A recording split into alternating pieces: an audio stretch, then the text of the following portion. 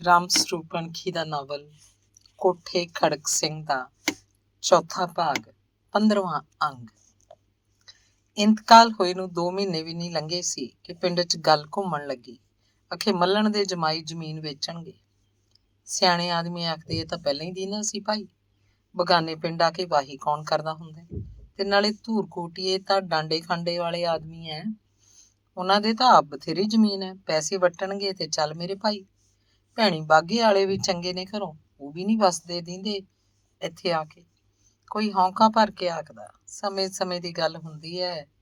ਘੰਡਾ ਬੰਨੇ ਨਾਲ ਲੱਗਦੀ ਜ਼ਮੀਨ ਕਹਿੰਦੇ ਮੱਲਣ ਦੇ ਪਿਓ ਨੇ ਆਪ ਖਰੀਦੀ ਸੀ। ਝਾੜ ਮਲਿਆਂ ਦੀ ਧਰਤੀ ਸੀ ਉਹ, ਡੱਕਾ ਕਿਹੜਾ ਹੁੰਦਾ ਸੀ ਉੱਥੇ। ਬੁੜੇ ਨੇ ਕਹਿੰਦੇ ਕਹੀ ਫੜ ਕੇ 10 ਘੁਮਾਂ ਦੀ 10 ਘੁਮਾਂ ਜ਼ਮੀਨ ਹਲ ਹੇਠ ਕੀਤੀ। ਹੋਰ ਕੋਈ ਬੋਲਦਾ ਸੁਣਿਆ, ਉਹ ਤਾਂ ਫੌਜੀ ਅਫਸਰ ਸੀ ਕੋਈ, ਕਰਮ ਸਿੰਘ ਨਾਂ ਸੀ ਉਹਦਾ। ਹਾਂ, ਰਸਾਲਦਾਰ ਕਰਮ ਸਿੰਘ। ਪੈਨਸ਼ਨ ਆ ਕੇ ਕੀਤੀ ਕਮਾਈ ਜੱਟ ਦੇ ਪੁੱਤ ਨੇ। ਹੱਡ ਦਾ ਕਹਿੰਦੇ ਬਹੁਤ ਤਕੜਾ ਸੀ। ਪਹਿਲਾ ਬੰਦਾ ਫੇਰ ਹੌਕਾ ਲੈਂਦਾ। ਦੇਖੋ ਜਾਰੋ, ਉਹਨੂੰ ਕੀ ਖਬਰ ਸੀ ਇਹਨਾਂ ਵੇਲਿਆਂ ਦੀ।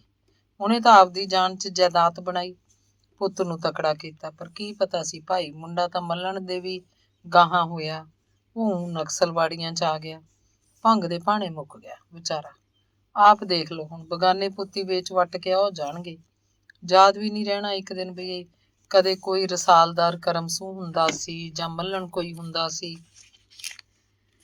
ਤਾਹੂ ਬੰਦੇ ਧੂਰਕੋਟ ਵੀ ਜਾ ਆਏ, ਭੈਣੀ ਬਾਗੇ ਦਾ ਗੇੜਾ ਵੀ ਮਾਰ ਲਿਆ। ਗਾਹਕ ਪੈਂਦਾ ਹੋਏ ਦੇਖ ਕੇ ਧੂਰਕੋਟ ਤੇ ਭੈਣੀ ਬਾਗੇ ਵਾਲਿਆਂ ਨੇ ਮਿਲ ਕੇ ਗੱਲ ਕੀਤੀ। ਇਹ ਵੀ ਕਿ ਬਹੁਤੇ ਤੱਤੇ ਨਾ ਹੋਈਏ, ਨਹੀਂ ਤਾਂ ਲੋਕ ਐਵੇਂ ਵਾਂਗੂ ਜ਼ਮੀਨ ਦਾ ਮੁੱਲ ਪਾਉਣਗੇ। ਥੋੜੇ ਘਣੇ ਪੈਰ ਖਿਚਾਉਣੇ ਚਾਹੀਦੇ ਆ। ਕੋਠਿਆਂ ਦੇ ਲੋਕ ਇਹ ਤਾਂ ਜਾਣਦੇ ਹੀ ਆ ਵੀ ਆਪਾਂ ਜ਼ਮੀਨ ਇੱਕ ਦਿਨ ਵੇਚਣੀ ਆ। ਜੇ ਵੇਚਣੀ ਆ ਤਾਂ ਐਵੇਂ ਕੌਡੀਆਂ ਦੀ ਭਾਅ ਸਿੱਟਣੀ ਥੋੜਾ। ਉਹਨਾਂ ਨੇ ਧੂਰ ਕੋਟੀਏ ਨੂੰ ਮੂਹਰੇ ਟਿਕ ਲਿਆ। ਆਖਿਆ ਤੂੰ ਜਾ ਇੱਕ ਦਿਨ ਭਾਅ ਭੱਤਾ ਲੈ ਕੇ ਆ, ਦੇਖ ਕੀ ਬੋਲਦੇ ਆ ਕੋਈ। ਪਿੰਡ ਦਾ ਭਾਅ ਵੀ ਦੇਖੀ ਬਈ। ਪਹਿਲੇ ਕਿੰਨੇ ਦੀ ਕਿੱਲਾ ਬੈ ਹੁੰਦੀ ਰਹੀ ਆ, ਤੇ ਜ਼ਮੀਨ ਤਾਂ ਸਾਰੇ ਪਿੰਡ ਦੀ ਇੱਕੋ ਜਿਹੀ ਹੋਈ ਆ। ਕੀ ਕਹਿਣਾ 19-21 ਦਾ ਫਰਕ ਹੋਵੇ ਕੋਈ। ਧੂਰ ਕੋਟੀਆ ਕੋਠੀ ਆਇਆ। ਬਹੁਤਾ ਉਹਨੂੰ ਉਹੀ ਬੰਦੇ ਪੁੱਛ ਰਹੇ ਸੀ ਜਿਨ੍ਹਾਂ ਨੇ ਜ਼ਮੀਨ ਲੈਣੀ ਨਹੀਂ ਸੀ। ਬਸ ਐਵੇਂ ਮੂੰਹ ਦੀ ਮਗਜਾਲੀ ਮਾਰਨ ਦੀ ਵਾਣ ਸੀ ਉਹਨਾਂ ਨੂੰ। ਜਾਂ ਉਹਨਾਂ 'ਚ ਕਈ ਅਜਿਹੇ ਵੀ ਸੀ ਜਿਹੜੇ ਕਿਸੇ ਦੀ ਖਾਤਰ ਚੋਰੀ ਪੁੱਛ ਰਹੇ ਸੀ, ਆਪ ਵਿੱਚ ਪੈਣਾ ਚਾਹੁੰਦੇ। ਧੂਰ ਕੋਟੀਆ ਪਹਿਲਾਂ ਹਰਦਿੱਤ ਸਿੰਘ ਦੇ ਘਰ ਗਿਆ। ਉਹਨੇ ਮਲਵੀ ਜੀ ਜੀਭ ਨਾਲ ਗੱਲ ਕੀਤੀ। ਕਹਿੰਦਾ ਭਾਈ ਸਾਹਿਬ, ਜ਼ਮੀਨ ਦੇ ਮੁੱਲ ਤਾਂ ਡਿੱਗਦੇ ਜਾਂਦੇ ਆ, ਕੀ ਕਰਾਂਗੇ ਇੰਨੀ ਜ਼ਮੀਨ ਇਕੱਠੀ ਕਰਕੇ, ਪਹਿਲਾਂ ਹੀ ਬਥੇਰੀ ਆ। ਫਿਰ ਉਹ ਪਰਮਜੀਤ ਕੋਲ ਗਿਆ। ਉਹ ਕਹਿੰਦਾ ਜ਼ਮੀਨ ਬਹੁਤ ਆ ਮੇਰੇ ਕੋਲ, ਹੁਣ ਤਾਂ ਕੰਜਰ ਦੀ ਕਿਉਂਟੀ ਕਿਹੜਾ ਜਾਂਦੀ ਆ, ਪਰ ਜੇ ਪ੍ਰਾਹੁਣਿਆਂ ਸੂਤ ਸਿਰ ਖੜੋ ਜੇ ਤਾਂ ਦੇਖ ਲਾਂਗੇ ਔਖੇ ਸੌਖੇ। ਤੂੰ ਹੋਰ ਵੀ ਪੁੱਛ ਲੈ ਪਿੰਡ 'ਚ ਕਿਸੇ ਨੂੰ, ਨਾਲੇ ਤੈਨੂੰ ਅੰਦਾਜ਼ਾ ਲੱਗ ਜੂ। ਹੋਰ ਫਿਰ ਚਾਹ ਦੱਸ। ਪਰਮਜੀਤ ਨੇ ਉਹਦੇ ਨਾਲ ਇਸ ਤਰ੍ਹਾਂ ਵਿਹਾਰ ਕੀਤਾ ਜਿਵੇਂ ਉਹਨੂੰ ਗਲੋਂ ਲਾਉਣਾ ਚਾਹੁੰਦਾ ਹੋਵੇ। ਉਹ ਨੰਬਰਦਾਰ ਮੇਹਰ ਸਿੰਘ ਦੇ ਘਰ ਵੀ ਗਿਆ। ਉਹ ਘਰ ਨਹੀਂ ਸੀ। ਹਰਦਿੱਤ ਸਿੰਘ ਨੇ ਥੋੜੇ ਦਿਨ ਤਾਂ ਸਬਰ ਕੀਤਾ, ਪਰ ਉਹਨੂੰ ਟੇਕ ਕਿੱਥੇ। ਉਹਨੇ ਆਪਣਾ ਪਾਲੀ ਭੇਜਿਆ ਕਿ ਜਾ ਦੇਖ ਭਲਾ ਮੱਲਣ ਦਾ ਜਮਾਈ ਕਿਹਦੇ ਘਰ ਬੈਠਾ ਤੇ ਕੌਣ ਗੱਲਾਂ ਕਰਦਾ ਉਹਦੇ ਨਾਲ। ਪਤਾ ਸੁੱਤਾ ਲੈਂਦਾ ਪਹਿਲਾਂ ਤਾਂ ਉਹ ਪਰਮਜੀਤ ਪਟਵਾਰੀ ਦੇ ਘਰ ਗਿਆ। ਉੱਥੋਂ ਪਤਾ ਲੱਗਿਆ ਵੀ ਉਹ ਤਾਂ ਹੁਣੇ ਇੱਥੋਂ ਗਿਆ। ਹਰਦਿੱਤ ਦੇ ਪਾਲੀ ਨੂੰ ਦੇਖ ਕੇ ਪਰਮਜੀਤ ਦੇ ਪੈਰੀ ਵੀ ਅੱਗ ਜੀ ਮੱਚੀ। ਉਹ ਆਪਣੇ ਮਨ 'ਚ ਹੀ ਸਾਰੀ ਗੱਲ ਸਮਝ ਗਿਆ। ਹਰਦਿੱਤ ਦੇ ਪਾਲੀ ਨੂੰ ਪਤਾ ਲੱਗਿਆ ਕਿ ਮੱਲਣ ਦਾ ਜਮਾਈ ਤਾਂ ਗਿੱਲਾਂ ਦੇ ਘਰ ਜਾ ਬੈਠਾ। ਉੱਥੇ ਹੀ ਉਹਨੇ ਰੋਟੀ ਖਾਣੀ ਹੈ, ਉੱਥੇ ਹੀ ਰਾਤ ਕੱਟਣੀ ਹੈ। ਗਿੱਲਾਂ ਦੇ ਘਰ ਉਹਦੇ ਮਹਾਰਾਜ ਵਾਲੇ ਫੁੱਫੜ ਦੇ ਭਾਈ ਦੇ ਸਹੁਰੇ ਸੀ। ਇੱਕ ਪ੍ਰਕਾਰ ਨਾਲ ਨੇੜੇ ਦੀ ਸਕੀਰੀ ਸੀ। ਉਹਨੇ ਉਹਨਾਂ ਨੂੰ ਵੀ ਆਖਿਆ ਕਿ ਉਹ ਜ਼ਮੀਨ ਲੈ ਲੈਣ। ਉਹਨਾਂ ਨਾਲ ਤਾਂ ਘਰ ਦੀ ਗੱਲ, ਪਰ ਗਿੱਲਾਂ 'ਚ ਇੰਨੀ ਪਹੁੰਚ ਕਿੱਥੇ ਸੀ। ਉਹਨਾਂ ਦੇ ਘਰ ਦੀ ਤਾਂ ਆਈ ਚਲਾਈ ਚੱਲਦੀ ਸੀ। ਹਰਦਿੱਤ ਦਾ ਪਾਲੀ ਗਿੱਲਾਂ ਦੇ ਘਰ ਗਿਆ। ਕੋਈ ਬਹਾਨਾ ਜਿਹਾ ਲਾ ਕੇ ਉਹਨਾਂ ਦੇ ਵਿਹੜੇ 'ਚ ਬੈਠ ਗਿਆ। ਮੱਲਣ ਦਾ ਜਮਾਈ ਜ਼ਮੀਨ ਦੀਆਂ ਹੀ ਗੱਲਾਂ ਕਰੀ ਜਾ ਰਿਹਾ ਸੀ। ਬਲਾਂ ਜੇ ਨਾਲ ਪਰਮਜੀਤ ਪਟਵਾਰੀ ਵੀ ਗਿੱਲਾਂ ਦੇ ਘਰ ਮੂਹਰ ਦੀ ਲੰਘ ਗਿਆ। ਦਬਵੀਂ ਜੀ ਖੰਘੂਰ ਮਾਰੀ ਤਾਂ ਜੋ ਗਿੱਲਾਂ ਦੇ ਘਰ ਦਾ ਕੋਈ ਬੰਦਾ ਉਹਨੂੰ ਦੇਖੇ ਤੇ ਹਾਕ ਮਾਰ ਲਵੇ, ਪਰ ਉਹਨੂੰ ਤਾਂ ਕਿਸੇ ਨੇ ਸੱਦਿਆ ਹੀ ਨਾ। ਵਿਉਂਤਾਂ ਸੋਚਦਾ ਪਰਮਜੀਤ ਗਾਂ ਹੀ ਲੰਘ ਗਿਆ, ਪਿੰਡ ਵਿੱਚ ਹੀ ਕਿਧਰੇ ਜਾ ਵੜਿਆ। ਉਧਰ ਜਦੋਂ ਨੰਬਰਦਾਰ ਮੇਹਰ ਸਿੰਘ ਨੂੰ ਪਤਾ ਲੱਗਿਆ, ਉਹ ਝੱਟ ਦੇ ਕੇ ਸਿੱਧਾ ਹੀ ਗਿੱਲਾਂ ਦੇ ਘਰ ਆ ਵੱਜਿਆ। ਮੱਲਣ ਦੇ ਜਮਾਈ ਨੂੰ ਸਤਿ ਸ੍ਰੀ ਅਕਾਲ ਬੁਲਾਈ, ਸੁੱਖ ਸੰਦ ਪੁੱਛਣ ਲੱਗਿਆ। ਉਹਦੇ ਮੰਜੇ ਕੋਲ ਪੀੜੀ ਲੈ ਕੇ ਬੈਠ ਗਿਆ। ਮੱਲਣ ਦੇ ਜਮਾਈ ਨੇ ਗੱਲ ਤੋਰੀ। ਮੇਹਰ ਸਿੰਘ ਨੇ ਸੋਚ ਕੇ ਹੁੰਗਾਰਾ ਭਰਿਆ ਤੇ ਜਿਵੇਂ ਮਨ 'ਚ ਹੀ ਕੋਈ ਵਿਉਂਤ ਜੀ ਬਣਾਉਣ ਲੱਗਾ। ਪਹਿਲਾਂ ਤਾਂ ਉਹਨੇ ਇਹੀ ਆਖਿਆ, ਤੁਸੀਂ ਵੇਚਦੇ ਕਾਹਨੂੰ ਹੋ, ਵੇਚੋ ਨਾ। ਤਿੰਨਾਂ ਚੋਂ ਇੱਕ ਜਣਾ ਇੱਥੇ ਆ ਵਸੋ, ਵਾਹੀ ਕਰਿਓ, ਜ਼ਮੀਨ ਹੈ ਖੱਬੀ ਖਾਨ, ਐਡਵੋਕੇਟ ਘਰ ਹੈ, ਜਿੰਨੇ ਮਰਜ਼ੀ ਪਸ਼ੂ ਖੜੇ ਰਹਿਣ, ਬਾਕੀ ਦੇ 2 ਹਿੱਸਾ ਲੈ ਲਿਆ ਕਰਨ ਆਪਦਾ। ਜੱਟ ਨੂੰ ਜ਼ਮੀਨ ਵੇਚਣੀ ਤਾਂ ਚਾਹੀਦੀ ਨਹੀਂ। ਉਹ ਕਹਿੰਦਾ 4 ਕਿੱਲਿਆਂ ਤੇ ਨੰਬਰਦਾਰਾ ਕੌਣ ਆ ਕੇ ਬਹਿੰਦਾ, ਨਾ ਤਾਂ ਆਪਦਾ ਪਿੰਡ ਛੱਡਿਆ ਜਾਂਦਾ ਕਿਸੇ ਤੋਂ, ਤੇ ਨਾ ਬਗਾਨੇ ਪਿੰਡ ਆ ਕੇ ਵਸਣਾ ਕੋਈ ਸੌਖੀ ਜੀ ਗੱਲ ਆ। ਅਸੀਂ ਤਾਂ ਸੋਚ ਕੇ ਫਿਰ ਇਹ ਰਾਏ ਮਸ਼ਵਰਾ ਕੀਤਾ ਵੀ ਇਹ ਵੇਚ ਕੇ ਜਿੰਨੀ ਰਕਮ ਆਊਗੀ ਉੱਥੇ ਆਪਦੀ ਹੋਰ ਲੈ ਲਾਂਗੇ। ਜ਼ਮੀਨਾਂ ਤਾਂ ਵੇਚਣ ਵਾਲਿਆਂ ਦਾ ਘਾਟਾ ਨਹੀਂ, ਲੈਣ ਵਾਲਿਆਂ ਦਾ ਘਾਟਾ ਨਹੀਂ। ਫਿਰ ਨੰਬਰਦਾਰਾ ਤੂੰ ਦੱਸ। ਤੇ ਫਿਰ ਨੰਬਰਦਾਰ ਮੇਹਰ ਸਿੰਘ ਨੇ ਸਿੱਧਾ ਹੀ ਸਵਾਲ ਕੀਤਾ, ਕੀ ਮੰਗਦੇ ਕਰਦੇ ਹੋ ਫਿਰ ਕਿੱਲੇ ਦਾ? ਜਿਹੜਾ ਵੀ ਤੁਹਾਡੇ ਪਿੰਡ ਚੱਲਦਾ ਹੈ, ਆਪਾਂ ਕੀ ਵੱਧ ਲੈਣਾ? ਬੁੜੀ ਨੇ ਚਾਹ ਦਾ ਡੋਲੂ ਤੇ 2 ਗਲਾਸ ਉਹਨਾਂ ਕੋਲ ਲਿਆ ਕੇ ਰੱਖਤੇ। ਉਹ ਚਾਹ ਪੀਣ ਲੱਗੇ। ਮੇਹਰ ਨੂੰ ਹਰਦਿੱਤ ਦਾ ਪਾਲੀ ਸਾਹਮਣੇ ਬੈਠਾ ਦਿਸਿਆ ਤਾਂ ਉਹਨੇ ਉਹਨੂੰ ਹਾਕ ਮਾਰੀ, ਆਹ ਇੱਥੋਂ ਬਾਟੀ ਚੁੱਕ ਲਿਆ ਓਏ, ਆਲੇ 'ਚ ਪਈ ਹੋਣੀ ਆ ਕਿਤੇ, ਲੈ ਫੜ ਚਾਹ ਦੀ ਘੁੱਟ ਲੈ ਲੈ। ਪਾਲੀ ਗਿੱਲਾਂ ਦੇ ਪਾਲੀ ਦੀ ਬਾਟੀ ਟੋਲ ਕੇ ਲੈ ਆਇਆ। ਉਹਨੂੰ ਚਾਹ ਪਾਤੀ ਗਈ, ਉਹ ਵੀ ਪੀਣ ਲੱਗਿਆ ਤੇ ਉਹਨਾਂ ਦੀਆਂ ਗੱਲਾਂ ਵੀ ਸੁਣੀ ਗਿਆ।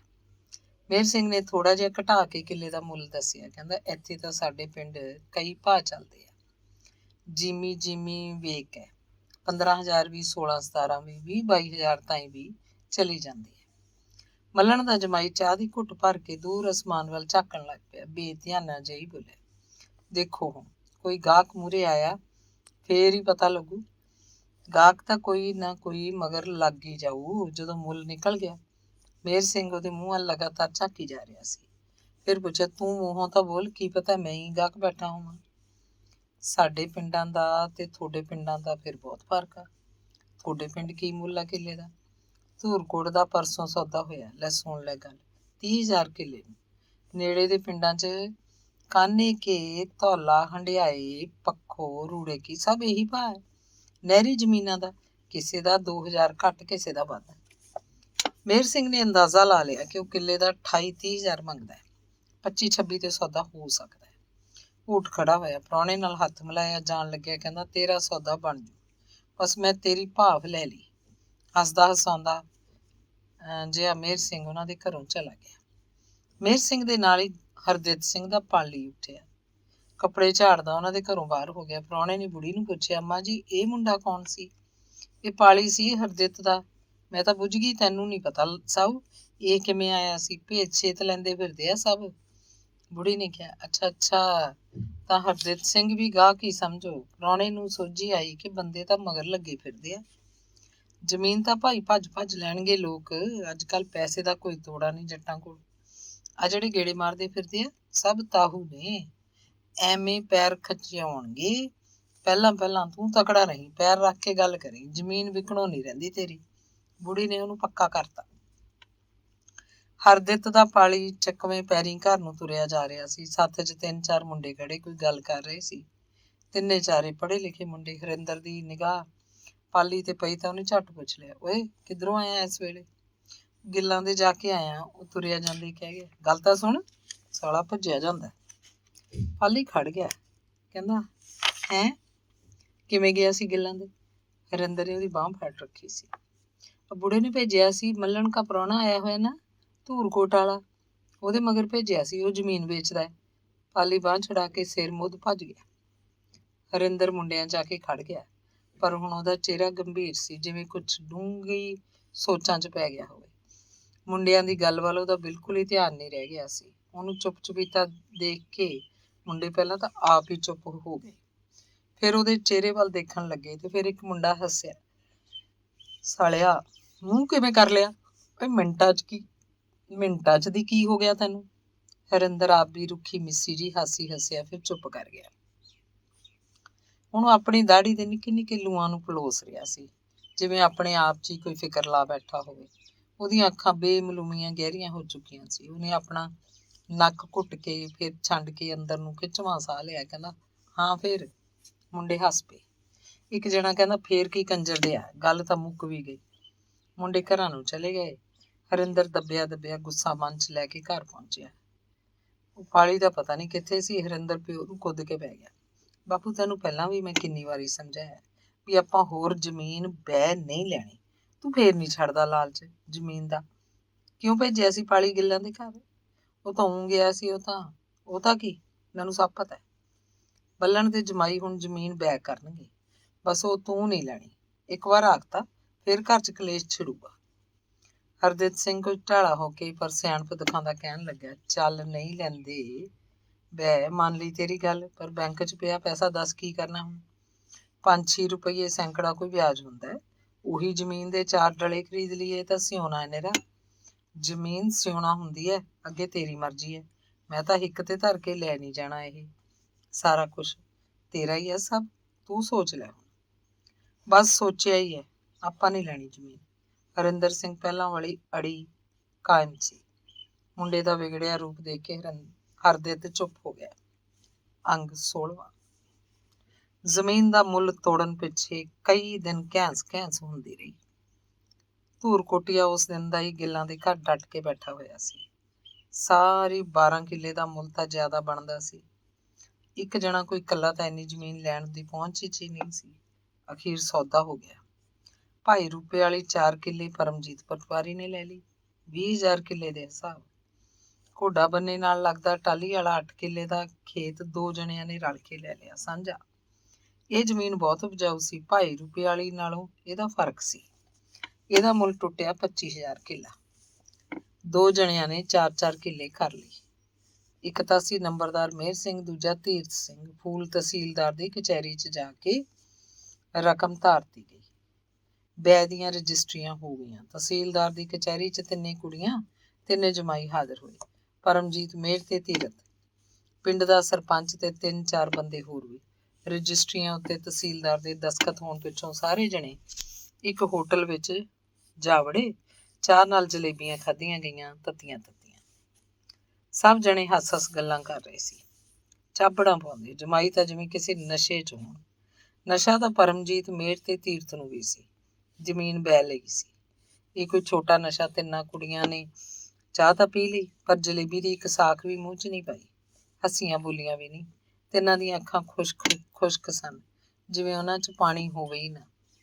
ਕੁੱਲ ਰਕਮ ਬਣੀ 2,80,000। ਇਹਦੇ 'ਚ 30,000 ਹਰਦਿਤ ਸਿੰਘ ਨੂੰ ਗਹਿਣੇ ਦਾ ਵਾਪਸ ਕਰਨਾ ਸੀ। 10,000 ਪਰਮਜੀਤ ਨੇ ਪਹਿਲਾਂ ਹੀ ਕੱਟ ਲਿਆ ਸੀ, ਭਾਈ ਰੂਪੇ ਵਾਲੇ ਖੇਤ ਦੇ, ਜਿਹਨੂੰ ਬੁੜੀ ਚੰਦ ਕੌਰ ਨੇ ਗਹਿਣੇ ਧਰਿਆ ਸੀ। ਬਾਕੀ ਬਚੀ ਰਕਮ ਦੇ ਉਹਨਾਂ ਨੇ 3 ਹਿੱਸੇ ਪਾ ਲਏ। 80,000 ਆਇਆ। ਫੁੱਲੋਂ 3 ਜਮਾਈ ਤੇ 3 ਕੁੜੀਆਂ ਆਥਣ ਨੂੰ ਕੋਠੀ ਆ ਗਏ। ਅਗਲੀ ਸਵੇਰ ਦਿਨ ਚੜੇ ਧੂਰਕੋਟ ਵਾਲੇ ਪ੍ਰਾਹੁਣੇ ਨੇ ਬਾਣੀਏ ਦੀ ਹੱਟ ਉੱਤੇ ਹਰਦਿਤ ਸਿੰਘ ਨੂੰ ਬੁਲਾਇਆ। ਹਰਿੰਦਰ ਵੀ ਪਿਓ ਦੇ ਨਾਲ ਹੀ ਆ ਗਿਆ। ਮੇਹਰ ਸਿੰਘ ਤੇ ਧੀਰਥ ਸਿੰਘ ਵੀ ਉੱਥੇ ਹੀ ਸੀ। ਪਿੰਡ ਦੇ ਹੋਰ ਕਈ ਬੰਦੇ ਵੀ। ਹਰਦਿਤ ਸਿੰਘ ਆਪਣੀ ਬਹੀ ਲੈ ਕੇ ਆਇਆ ਸੀ। ਹੱਟ ਉੱਤੇ ਆ ਕੇ ਹਰਿੰਦਰ ਨੇ ਪਿਓ ਦੇ ਹੱਥੋਂ ਬਹੀ ਫੜ ਲਈ। ਬਸ ਐਵੇਂ ਸੁਭਾਈ ਕੀ। ਬਹੀ ਦੀ ਡੋਰ ਵੀ ਹਰਿੰਦਰ ਨੇ ਖੋਲੀ। ਫਿਰ ਬਹੀ ਨੂੰ ਰਮੇਸ਼ ਮੂਹਰੇ ਕਰਤਾ। ਆਖਿਆ, ਲੈ ਵੀ ਲਾਲਾ ਦੇਖ, ਕਿੱਥੇ ਜੇ ਆ ਲਿਖਤ? ਵਰਕੇ ਫਰੋਲ ਰਮੇਸ਼ ਨੇ ਲਿਖਤ ਵਾਲਾ ਪੱਤਰਾ ਕੱਢ ਲਿਆ। ਲੰਡਿਆਂ 'ਚ ਲਿਖੀ ਲਿਖਤ ਅੱਖਰ ਜੋੜ ਪੜ੍ਹ ਕੇ ਸੁਣਾਈ। ਫਿਰ ਧੂਰਕੋਟ ਵਾਲੇ ਪ੍ਰਾਹੁਣੇ ਨੇ 30,000 ਦੀਆਂ 3 ਥਈਆਂ ਲਾਲੇ ਨੂੰ ਫੜਾਈਆਂ। ਇੱਕ ਥਈ ਨੂੰ ਲਾਲਾ ਗਿਣਨ ਲੱਗਿਆ ਤੇ ਇੱਕ ਨੂੰ ਹਰਿੰਦਰ। ਲਾਲੇ ਨੇ ਪਹਿਲਾਂ 100 ਗਿਣ ਲਿਆ, ਉਹਨੂੰ ਝੋਲੀ 'ਚ ਰੱਖ ਲਿਆ। ਦੂਜੀ ਥਈ ਗਿਣਨ ਲੱਗਿਆ। ਹਰਿੰਦਰ ਆਪਣੀ ਥਈ ਗਿਣ ਕੇ ਬੈਠਾ ਲਾਲੇ ਵੱਲ ਝਾਕੀ ਜਾ ਰਿਹਾ ਸੀ। ਦੂਜੀ ਥਈ 'ਚ ਲਾਲਾ ਗਿਣ ਚੁੱਕਿਆ ਤਾਂ ਦੋਵੇਂ ਥਈਆਂ ਹਰਿੰਦਰ ਨੇ ਉਹਦੇ ਹੱਥੋਂ ਫੜ ਲਈਆਂ ਤੇ ਉਹਨੂੰ ਆਖਿਆ ਕਿ ਉਹ ਬਹੀ ਉੱਤੇ ਇਹ 30,000 ਆਇਆ ਲਿਖ ਲਵੇ। ਰਮੇਸ਼ ਨੇ ਥਈ ਤੇ ਇੰਜੀ ਲਿਖ ਲਿਆ। ਹਰਦਿਤ ਸਿੰਘ ਵੱਲੋਂ ਮੱਲਣ ਸਿੰਘ ਦਾ ਟਾਹਲੀ ਵਾਲਾ ਖੇਤ ਗਹਿਣੇ ਲਿਆ ਛੱਡ ਦਿੱਤਾ ਗਿਆ। ਪੈਸੇ ਦਿੱਤੇ ਮੱਲਣ ਸਿੰਘ ਦੇ 3 ਜਵਾਈਆਂ ਨੇ, ਧੂਰਕੋਟ ਵਾਲਾ ਮੱਖਣ ਸਿੰਘ, ਭੈਣੀ ਬਾਗੇ ਵਾਲੇ ਦੋਵੇਂ ਸਾਧੂ ਸਿੰਘ ਤੇ ਗੁਰਮੇਲ ਸਿੰਘ। ਬਹੀ ਤੇ 3 ਨੇ ਗੂਠੇ ਲਾਤੇ ਤੇ ਹਰਦਿਤ ਸਿੰਘ ਨੂੰ ਫੜਾਤੇ। ਸਭ ਜਣੇ ਰਮੇਸ਼ ਦੀ ਹੱਟ ਤੋਂ ਉੱਠੇ ਤੇ ਆਪੋ ਆਪਣੇ ਘਰਾਂ ਨੂੰ ਚਲੇ ਗਏ। ਹਰਦਿਤ ਸਿੰਘ ਬਹੀ ਲੈ ਕੇ ਆਪਣੇ ਘਰ ਨੂੰ ਗੁੰਮਸੁੰਮ ਬਣਿਆ ਜਾ ਰਿਹਾ ਸੀ। ਤਾਂ ਪਤਾ ਨਹੀਂ ਕੀ ਸੋਚਦਾ ਹੋਏਗਾ, ਮਨ 'ਚ ਕਿਸੇ ਨੂੰ ਕੀ ਕਹਿੰਦਾ ਹੋਏਗਾ, ਪਰ ਦੇਖਣ ਤੋਂ ਲੱਗਦਾ ਸੀ ਜਿਵੇਂ ਨਾ ਤਾਂ ਉਹਨੂੰ ਕੋਈ ਗੁੱਸਾ ਹੈ ਤੇ ਨਾ ਉਹਦੇ ਮਨ ਨੂੰ ਕੋਈ ਚੈਨ। ਹਰਿੰਦਰ ਘਰ ਨਹੀਂ ਗਿਆ, ਸਿੱਧਾ ਹੀ ਬੈਂਕ 'ਚ ਗਿਆ ਤੇ ਆਪਣੇ ਨਾਂ ਦਾ ਨਵਾਂ ਹਿਸਾਬ ਖੁਲਵਾ ਕੇ 30 ਦਾ 30,000 ਜਮ੍ਹਾਂ ਕਰਵਾ ਲਿਆ। ਹਰਦਿਤ ਸਿੰਘ ਘਰ ਪਹੁੰਚਿਆ। ਬਹੀ ਦਿਆਲੋ ਨੂੰ ਫੜਾਈ ਕਿ ਉਹ ਉਹਨੂੰ ਅਲਮਾਰੀ 'ਚ ਰੱਖ ਦੇਵੇ। ਆਪ ਚੁੱਪ ਕੀਤਾ ਜਾ ਕੇ ਬੈਠਕ 'ਚ ਪੈ ਗਿਆ। ਦਿਆਲੋ ਨੇ ਬਹੀ ਨੂੰ ਅਲਮਾਰੀ 'ਚ ਰੱਖਿਆ ਤੇ ਆਪਣੇ ਕੰਮਾਂ ਧੰਦਿਆਂ 'ਚ ਲੱਗ ਗਈ। ਰੋਟੀ ਉਹ ਪਕਾ ਚੁੱਕੀ ਸੀ, ਪਾਲੀ ਖਾ ਗਿਆ ਸੀ। ਉਹਨੇ ਆਪ ਵੀ ਖਾ ਲਈ, ਪਰ ਹਰਿੰਦਰ ਤੇ ਉਹਦੇ ਪਿਓ ਨੇ ਅਜੇ ਖਾਣੀ ਸੀ। ਉਹ ਤਾਂ ਰੋਟੀ ਦਾ ਆਰ ਹੀ ਕਰ ਰਹੀ ਸੀ ਜਦੋਂ ਸਵੇਰੇ ਸਵੇਰੇ ਮੱਲਣ ਦੇ ਜਮਾਈ ਦਾ ਸੁਨੇਹਾ ਸੁਣ ਕੇ ਹਰਦਿੱਤ ਸਿੰਘ ਨੇ ਬਹੀ ਚੁੱਕੀ ਸੀ ਤੇ ਰਮੇਸ਼ ਬਾਣੀਏ ਦੀ ਹੱਟ ਨੂੰ ਤੁਰ ਪਿਆ ਸੀ। ਹਰਿੰਦਰ ਤਾਂ ਪਹਿਲਾਂ ਹੀ ਪਿੰਡ 'ਚ ਕਿਧਰੇ ਗਿਆ ਹੋਇਆ ਸੀ, ਅਜੇ ਤੱਕ ਨਹੀਂ ਬੋੜਿਆ ਸੀ। ਦਿਆਲੂ ਨੇ ਘਰ ਦੇ ਕੰਮ ਧੰਦੇ ਕਰਦਿਆਂ ਇੱਕ ਬਿੰਦ ਸੋਚਿਆ ਵੀ ਐਡਾ ਦਿਨ ਝਾੜਾ ਹੋਇਆ, ਪਿਓ ਪੁੱਤ ਰੋਟੀ ਤਾਂ ਖਾ ਲੈਂਦੇ। ਮੁੰਡਾ ਤਾਂ ਭਲਾ ਮੁੜਿਆ ਨਹੀਂ ਕਿਧਰੇ, ਇਹ ਆਪ ਤਾਂ ਆ ਗਿਆ ਹੈ, ਬੈਠਕ 'ਚ ਜਾ ਪਿਆ, ਰੋਟੀ ਖਾਵੇ ਜਾਵੇ ਖੇਤ ਨੂੰ। ਉਹ ਬੈਠਕ 'ਚ ਗਈ, ਕਹਿੰਦੀ ਰੋਟੀ ਪਾਵਾਂ? ਉਹ ਬੋਲਿਆ ਨਹੀਂ। ਮੈਂ ਕਿਹਾ ਸੁਣਦਾ ਨਹੀਂ, ਰੋਟੀ ਖਾ ਲੈਂਦਾ, ਇੱਥੇ ਹੀ ਲਿਆ ਦਿਆਂ। ਉਹ ਫਿਰ ਬੋਲੀ। ਉਹ ਬੇਚੈਨ ਜਿਹਾ ਉੱਠ ਕੇ ਮੰਜੇ ਤੇ ਬੈਠ ਗਿਆ। ਇੱਕ ਹੱਥ ਨਾਲ ਬਾਹੀ ਨੂੰ ਫੜਿਆ ਹੋਇਆ ਸੀ, ਦੂਜੇ ਹੱਥ ਨਾਲ ਉਂਗਲ ਨਾਲ ਦਾੜੀ 'ਚ ਖੁਰਕ ਕਰਨ ਲੱਗਿਆ। ਪਤਾ ਨਹੀਂ ਕੀ ਕਹਿਣਾ ਚਾਹੁੰਦਾ ਹੋਵੇਗਾ। ਦਿਆਲੂ ਉਹਦੇ ਵੱਲ ਲਗਾਤਾਰ ਝਾਕੀ ਜਾ ਰਹੀ ਸੀ, ਉਹਦਾ ਹੁੰਗਾਰਾ ਸੁਣਨ ਲਈ ਖੜੀ ਸੀ। ਕੁਛ ਚਿਰ ਲਾ ਕੇ ਹਰਦਿੱਤ ਸਿੰਘ ਨੇ ਜੀਭ ਹਿਲਾਈ। ਲਿਆ ਖਾ ਲੈਨੇ ਆ 2 ਬੁਰਕੀਆਂ। ਦਿਆਲੂ ਥਾਲੀ 'ਚ ਰੋਟੀ ਪਾ ਕੇ ਬੈਠਕ 'ਚ ਲਿਆਈ। 4 ਰੋਟੀਆਂ ਕਟੋਰੇ 'ਚ, ਕੜੀ ਉੱਤੇ ਮੱਖਣੀ, ਖੱਟੀ ਲੱਸੀ ਦਾ ਗਲਾਸ, ਨਾਲ ਨੂੰ ਚੀਰਿਆ ਹੋਇਆ ਗੰਢਾ, ਅੰਬ ਦੇ ਅਚਾਰ ਦੀ ਇੱਕ ਫਾੜੀ। ਥਾਲੀ ਹਰਦਿੱਤ ਸਿੰਘ ਨੇ ਮੰਜੇ ਤੇ ਹੀ ਰੱਖ ਲਈ। ਲੱਸੀ ਦਾ ਗਲਾਸ ਮੰਜੇ ਦੀ ਦੌਣ ਚੜਾ ਲਿਆ। ਰੋਟੀ ਵੱਲ ਪਹਿਲਾਂ ਤਾਂ ਦੇਖਦਾ ਰਿਹਾ, ਫਿਰ ਇੱਕ ਬੁਰਕੀ ਤੋੜ ਕੇ ਮੱਖਣੀ ਨੂੰ ਕੜੀ ਚ ਰਲਾਉਣ ਲੱਗਿਆ।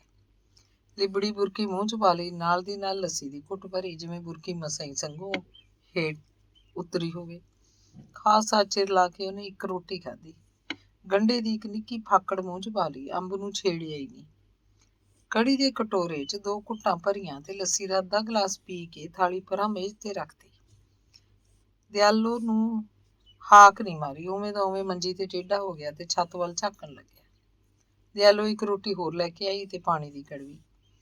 ਰੋਟੀ ਵਾਲੀ ਥਾਲੀ ਮੇਜ਼ ਤੇ ਪਈ ਦੇਖ ਕੇ ਕਹਿੰਦੀ, ਇਹ ਕੀ? ਮੈਂ ਤਾਂ ਹੋਰ ਲੈ ਕੇ ਆਈ ਸੀ, ਤੂੰ ਤਾਂ ਪਹਿਲੀਆਂ 'ਚੋਂ ਉਵੇਂ ਛੱਡ ਦਿੱਤੀਆਂ। ਕੁਛ ਵੀ ਨਾ ਖਾਧੀ ਰੋਟੀ ਤੂੰ ਤਾਂ, ਕੀ ਕਸੂਰ ਆ ਤੈਨੂੰ? ਇਉਂ ਕਿਵੇਂ ਚੁੱਪ ਕਰਕੇ ਪੈ ਗਿਆ? ਉਹ ਬੈਠਾ ਹੋ ਗਿਆ ਤੇ ਹੱਥਾਂ ਦਾ ਬੁੱਕ ਦਿਆਲੂ ਮੂਹਰੇ ਕੀਤਾ। ਕਹਿੰਦਾ, ਬਸ ਹੱਥ ਧਵਾ ਦੇ, ਅੱਜ ਤਾਂ ਭੁੱਖ ਮਰੀ ਜੀ ਪਈ ਹੈ। ਕਾਲਜਾ ਝੱਲਦਾ ਹੀ ਨਹੀਂ ਹੋਰ ਰੋਟੀ, ਵੱਡੀ ਰੂਹ ਨਹੀਂ ਕਰਦੀ ਖਾਣ ਨੂੰ। ਕੀ ਗੱਲ? ਦਿਆਲੂ ਨੂੰ ਚਿੰਤਾ ਹੋਈ। ਹੱਥ ਵਾਲੀ ਰੋਟੀ ਥਾਲੀ 'ਚ ਰੱਖ ਕੇ ਉਹਦੇ ਹੱਥ ਧੋਣ ਲੱਗੀ। ਕੁਰਲੀ ਕਰਕੇ ਹੱਥ ਧੋਂਦਾ ਉਹ ਕਹਿੰਦਾ, ਗੱਲ ਤਾਂ ਕੋਈ ਨਹੀਂ, ਉਹੀ ਬਸ ਖਾਧੇ ਪੀਤੇ ਦੀ ਕੋਈ ਕਸੂਰ ਹੋ ਗਈ ਹੋ ਜਾਂਦਾ ਕਦੇ ਕਦੇ। ਹਾਂ, ਹੋ ਜਾਂਦਾ ਕਦੇ ਕਦੇ, ਹਰਦਿੱਤ ਸਿੰਘ ਨੇ ਆਖਿਆ ਤੇ ਲੰਮਾ ਖਿਚਵਾਂ ਸਾਹ ਲਿਆ। ਮੰਜੇ ਤੇ ਹੀ ਫੇਰ ਪੈ ਗਿਆ। ਦਿਆਲੂ ਭਾਂਡੇ ਚੁੱਕ ਕੇ ਰਸੋਈ ਵੱਲ ਲੈ ਗਈ ਤੇ ਫਿਰ ਲੱਸੀ ਦਾ ਗਲਾਸ ਭਰ ਕੇ ਹਰਦਿੱਤ ਸਿੰਘ ਦੀ ਬਚੀ ਪਈ ਰੋਟੀ ਖਾਣ ਲੱਗੀ। ਸੋਚਿਆ ਐਵੇਂ ਬੱਠਲ 'ਚ ਕਾਹਨੂੰ ਸੁੱਟਣੀ ਐ। ਰੋਟੀ ਖਾਂਦੀ ਖਾਂਦੀ ਉਹ ਹਰਿੰਦਰ ਬਾਰੇ ਸੋਚਣ ਲੱਗੀ। ਐਡਾ ਵੇਲਾ ਹੋ ਗਿਆ, ਆਇਆ ਕਿਉਂ ਨਾ? ਹਰਿੰਦਰ ਆਇਆ, ਰੋਟੀ ਬਾਰੇ ਬੂਹ ਤੋਬਾ ਮਚਾਉਣ ਲੱਗਿਆ। ਦਿਆਲੂ ਚੁੱਲ੍ਹੇ ਚੌਂਕੇ ਦਾ ਸਾਰਾ ਕੰਮ ਨਿਬੇੜੀ ਬੈਠੀ ਸੀ। ਚੁੱਲ੍ਹੇ 'ਚ ਗੋਹਿਆਂ ਦੀ ਅੱਗ ਹੋ ਗਈ ਸੀ। ਕੌਲੀ 'ਚ ਮੱਖਣੀ ਤੱਤੀ ਕਰਕੇ ਉਹਨੇ ਕੜੀ ਦੀਆਂ 2 ਕੜਛੀਆਂ ਪਾਈਆਂ, ਥਾਲੀ 'ਚ ਰੋਟੀਆਂ ਧਰ ਕੇ ਲੈ ਗਈ। ਵਰਾਂਡੇ 'ਚ ਬੈਠ ਕੇ ਛੇਤੀ ਛੇਤੀ ਰੋਟੀ ਖਾਂਦਾ ਹਰਿੰਦਰ ਮਾਂ ਨੂੰ ਮੱਲਣ ਦੇ ਜਮਾਈਆਂ ਦੀਆਂ ਗੱਲਾਂ ਸੁਣਾ ਰਿਹਾ ਸੀ। ਵਿੱਚ ਦੀ ਹੱਸਦਾ ਵੀ ਤੇ ਜਮਾਈਆਂ ਨੂੰ ਗਾਲਾਂ ਕੱਢਦਾ। ਦਿਆਲੂ ਚੁੱਪਚਾਪ ਉਹਦੀਆਂ ਗੱਲਾਂ ਸੁਣਦੀ ਜਾ ਰਹੀ ਸੀ, ਨਾ ਹੱਸਦੀ ਨਾ ਕੋਈ ਸਵਾਲ ਕਰਦੀ। ਉਹਦੀ ਗੱਲ ਮੁੱਕੀ ਤੇ ਅਖੀਰ ਦਿਆਲੂ ਕਹਿੰਦੀ, ਵੇਲੇ ਸਿਰ ਆ ਕੇ ਰੋਟੀ ਦਾ ਖਾ ਲਿਆ ਕਰ, ਜਿੱਥੇ ਬੈਠਾ ਰਹਿਣਾ। ਇਉਂ ਘਰ ਕਿਵੇਂ ਸੰਭਾਲੇਗਾ ਤੂੰ? ਕਿੰਨਾ ਕੁ ਚਿਰ ਬੈਠਾ ਰਹੇ ਕੋਈ ਤੇਰੀ ਉਡੀਕ 'ਚ? ਜਾਂ ਫਿਰ ਵਿਆਹ ਕਰਾ ਲੈ, ਆਪੇ ਕਰੂ ਸਿੱਧਾ ਤੈਨੂੰ ਬਗਾਨੀ ਧੀ ਆ ਕੇ। ਮੈਂ ਬਗਾਨੀ ਧੀ ਨੂੰ ਪਹਿਲਾਂ ਹੀ ਸਿੱਧੀ ਕਰਕੇ ਲਿਆਉਂ ਘਰੇ, ਫਿਰ ਕੀ ਕਰੇਂਗੀ ਤੂੰ ਮਾਂ? ਮਾਂ ਦੀਆਂ ਗੁੱਝੀਆਂ ਮਿੱਠੀਆਂ ਸਮਝੌਤੀਆਂ ਦਾ ਜਵਾਬ ਉਹ ਹਾਸੇ ਮਜ਼ਾਕ 'ਚ ਹੀ ਦੇ ਰਿਹਾ ਸੀ। ਹੋਰ ਫਿਰ ਸਾਡੇ ਤਾਂ ਤੂੰ ਕਿਸੇ ਵੀ ਲੋਟ ਨਹੀਂ ਆਉਂਦਾ। ਲੋਟ ਤਾਂ ਕੀ ਆ, ਹੁਣ ਦੇਖ ਜਾਨਾ ਖੇਤ ਨੂੰ ਸਿੱਧਾ ਹੋ ਕੇ, ਕੰਮ ਤਾਂ ਕਰਦਾ, ਕੋਈ ਐਬ ਵੈਲ ਨਹੀਂ, ਕੋਈ ਡੋਲ ਵਿਗਾੜ, ਹੋਰ ਸਿੱਧਾ ਕਿਵੇਂ ਹੁੰਦਾ? ਤੂੰ ਹੁਣ ਸਭ ਪਾਸਿਓਂ ਠੀਕ ਹੈ, ਹੁਣ ਤਾਂ ਵਿਆਹ ਦੀ ਰਹਿ ਗਈ ਬਸ ਇੱਕ ਗੱਲ, ਇਹ ਵੀ ਕਰ ਲੈ। ਮਾਂ ਨੇ ਲੇਲੜੀ ਜੀ ਕੱਢ ਕੇ ਸਿੱਧੀ ਗੱਲ ਆਖੀ।